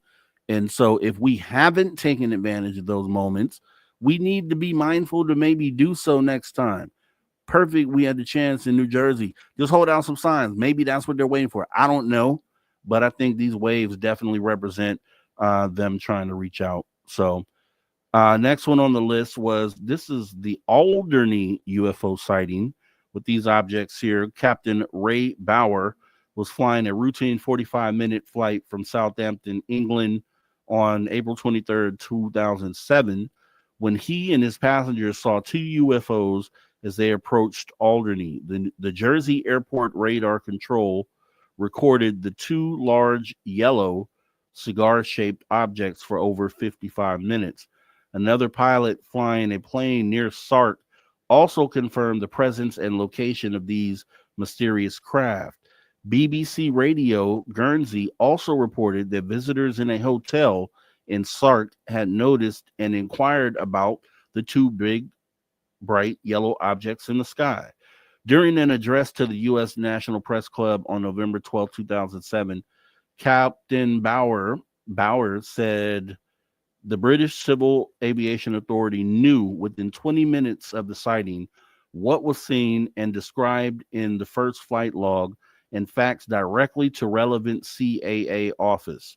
Despite the pilot's openness about the incident, the cooperation of the military, and countless eyewitness reports from passengers and people on the ground, the incident remains a complete mystery. Right? Crazy. When you start looking at these things in one, like we could talk about one sighting. It's like, wow, that was crazy. That's amazing. Then later on, talk about another sighting. When you talk about them in one sitting and you digest all of them at once, it's overwhelming. It's overwhelming the amount of evidence. Like, why isn't this already known? Because look at all this, right? And that's kind of where we're not even halfway through the list. Let's continue to hurry up and push through here. Next one, I guess it was still compelling. I'm just going to talk about it in case you missed the first show.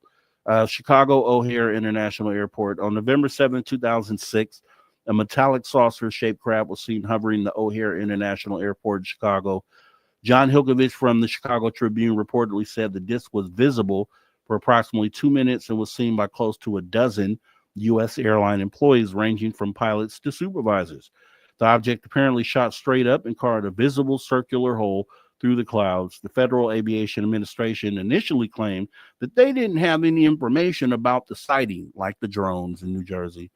The Chicago Tribune then filed a Freedom of Information Act request, which uncovered recorded conversations concerning the UFO. The FAA suggested that the sighting was a result of a weather phenomenon called the hole punch cloud, but the temperatures that day make this explanation impossible. Then the FAA said that FAA said that airport lights were responsible for the sighting, but the lights hadn't been turned on yet. Wow. All right, moving down. This is the Japanese flight from 1980, the JAL site. I forgot what the number is. The JAL flight from 1986. On November 18th, 1986, a Japanese Boeing 7047 cargo aircraft was followed for nearly an hour by an unidentified flying object. The crew witnessed two objects flying over eastern Alaska. As the two objects got closer to the plane, the cabin was lit up and filled with a strange heat. As these two objects flew away, a much larger disc-shaped craft emerged from the darkness and started to follow the 747. Captain Taruchi contacted Anchorage Air Traffic Control and requested a change of course. The UFO followed the plane despite any of the captain's maneuvers. All of the data, including ground radar that captured the unidentified craft, was collected and presented at a meeting with the FBI and CIA. After reviewing all of the material, the government officials decided that this was the first radar recording of a UFO. However, they insist that their meeting never took place. Right. We got the Westall UFO, one of my favorites. Around 11 a.m. on April 6, 1966, an unexplained flying object flew around Westall High School in Melbourne, Australia. More than 200 students and several teachers watched as the UFO descended into a nearby field. Eyewitnesses watched the craft hovering around the school for approximately 20 minutes. The object was described as being a gray saucer-shaped object that was about twice the size of a family car. There were no commercial, private, or Royal Australian Air Force planes in the area at the time. It was suggested that a weather balloon may have been responsible for the confusion, but eyewitnesses quickly dismissed the explanation. The Australian skeptics suggested that the object was an experimental military craft similar to the nylon target drones that were towed away by RAAF planes at the time. But the Air Force reported that they are not in the airspace at that time of any incident.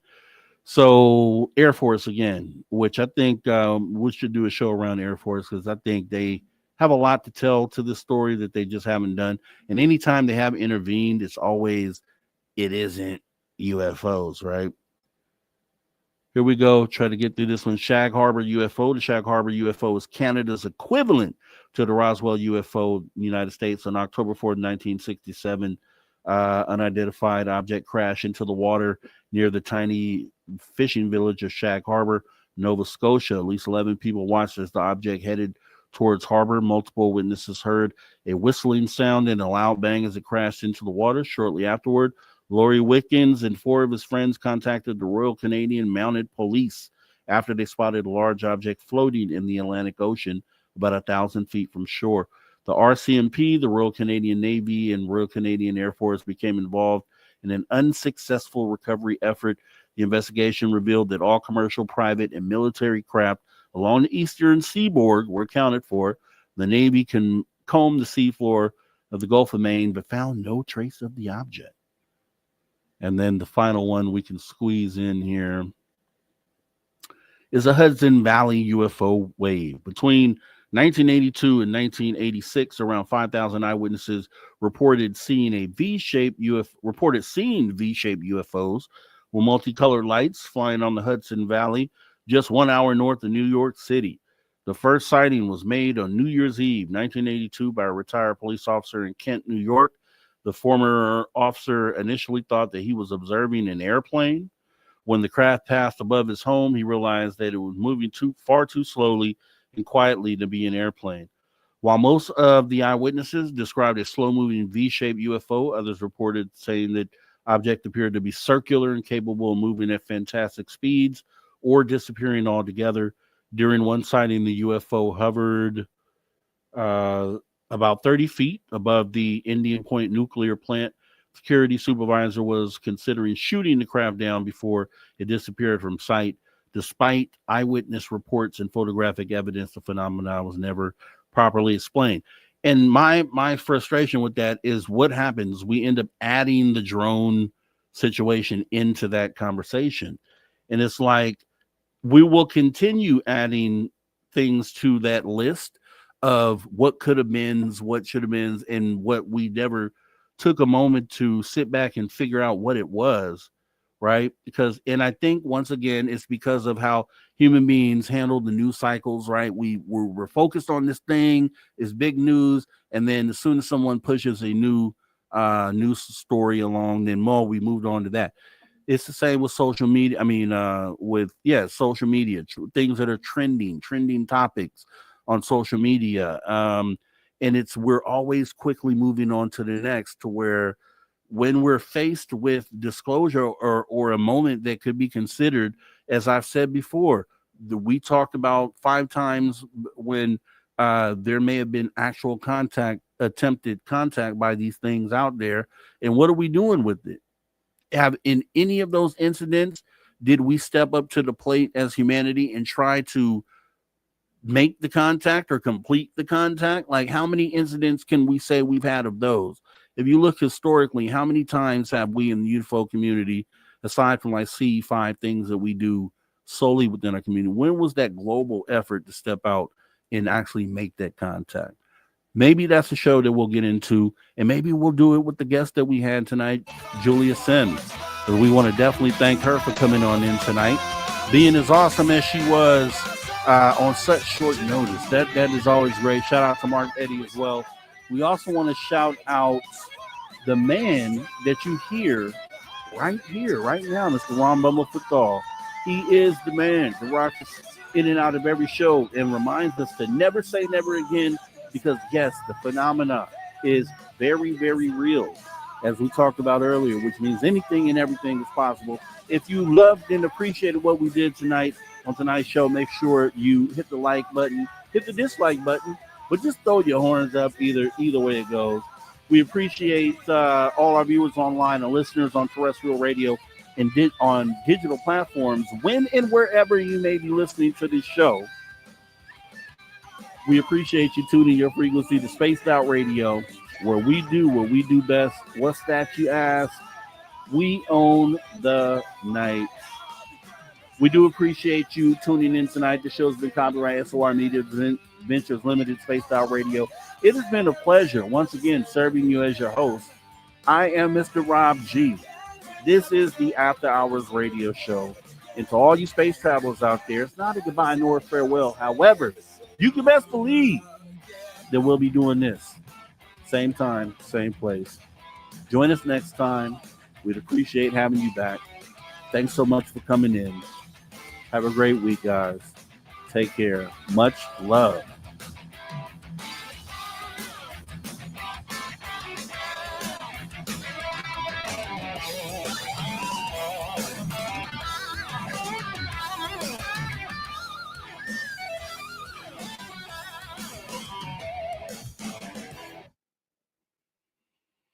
All right, we are so clear, and yeah, I definitely want to thank everybody for coming in. Mateo, shout out, who goes by C-Tech in the chat, to Mogman, Paramar, Matt Good, FAP, everybody out there, Jeff Garvey, Seymour Glass, just everyone, Lavera Lucchini, just Hypersonic, Zenzabil, Delilah rather, Stargazer, Benno from Oz, 1975, Bim Jim.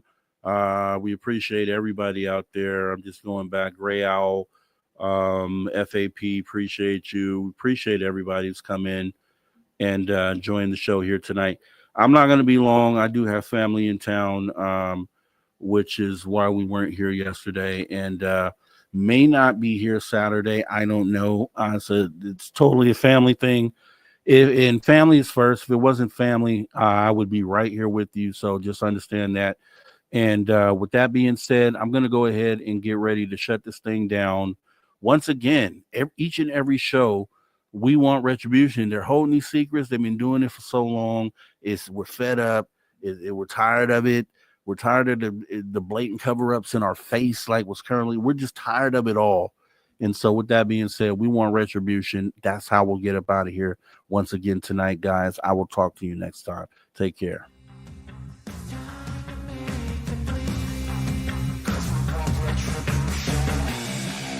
Cause we want retribution. Oh yeah, we want retribution. Oh yeah, we want retribution. Oh yeah, we want retribution. Yeah, we ran out of patience.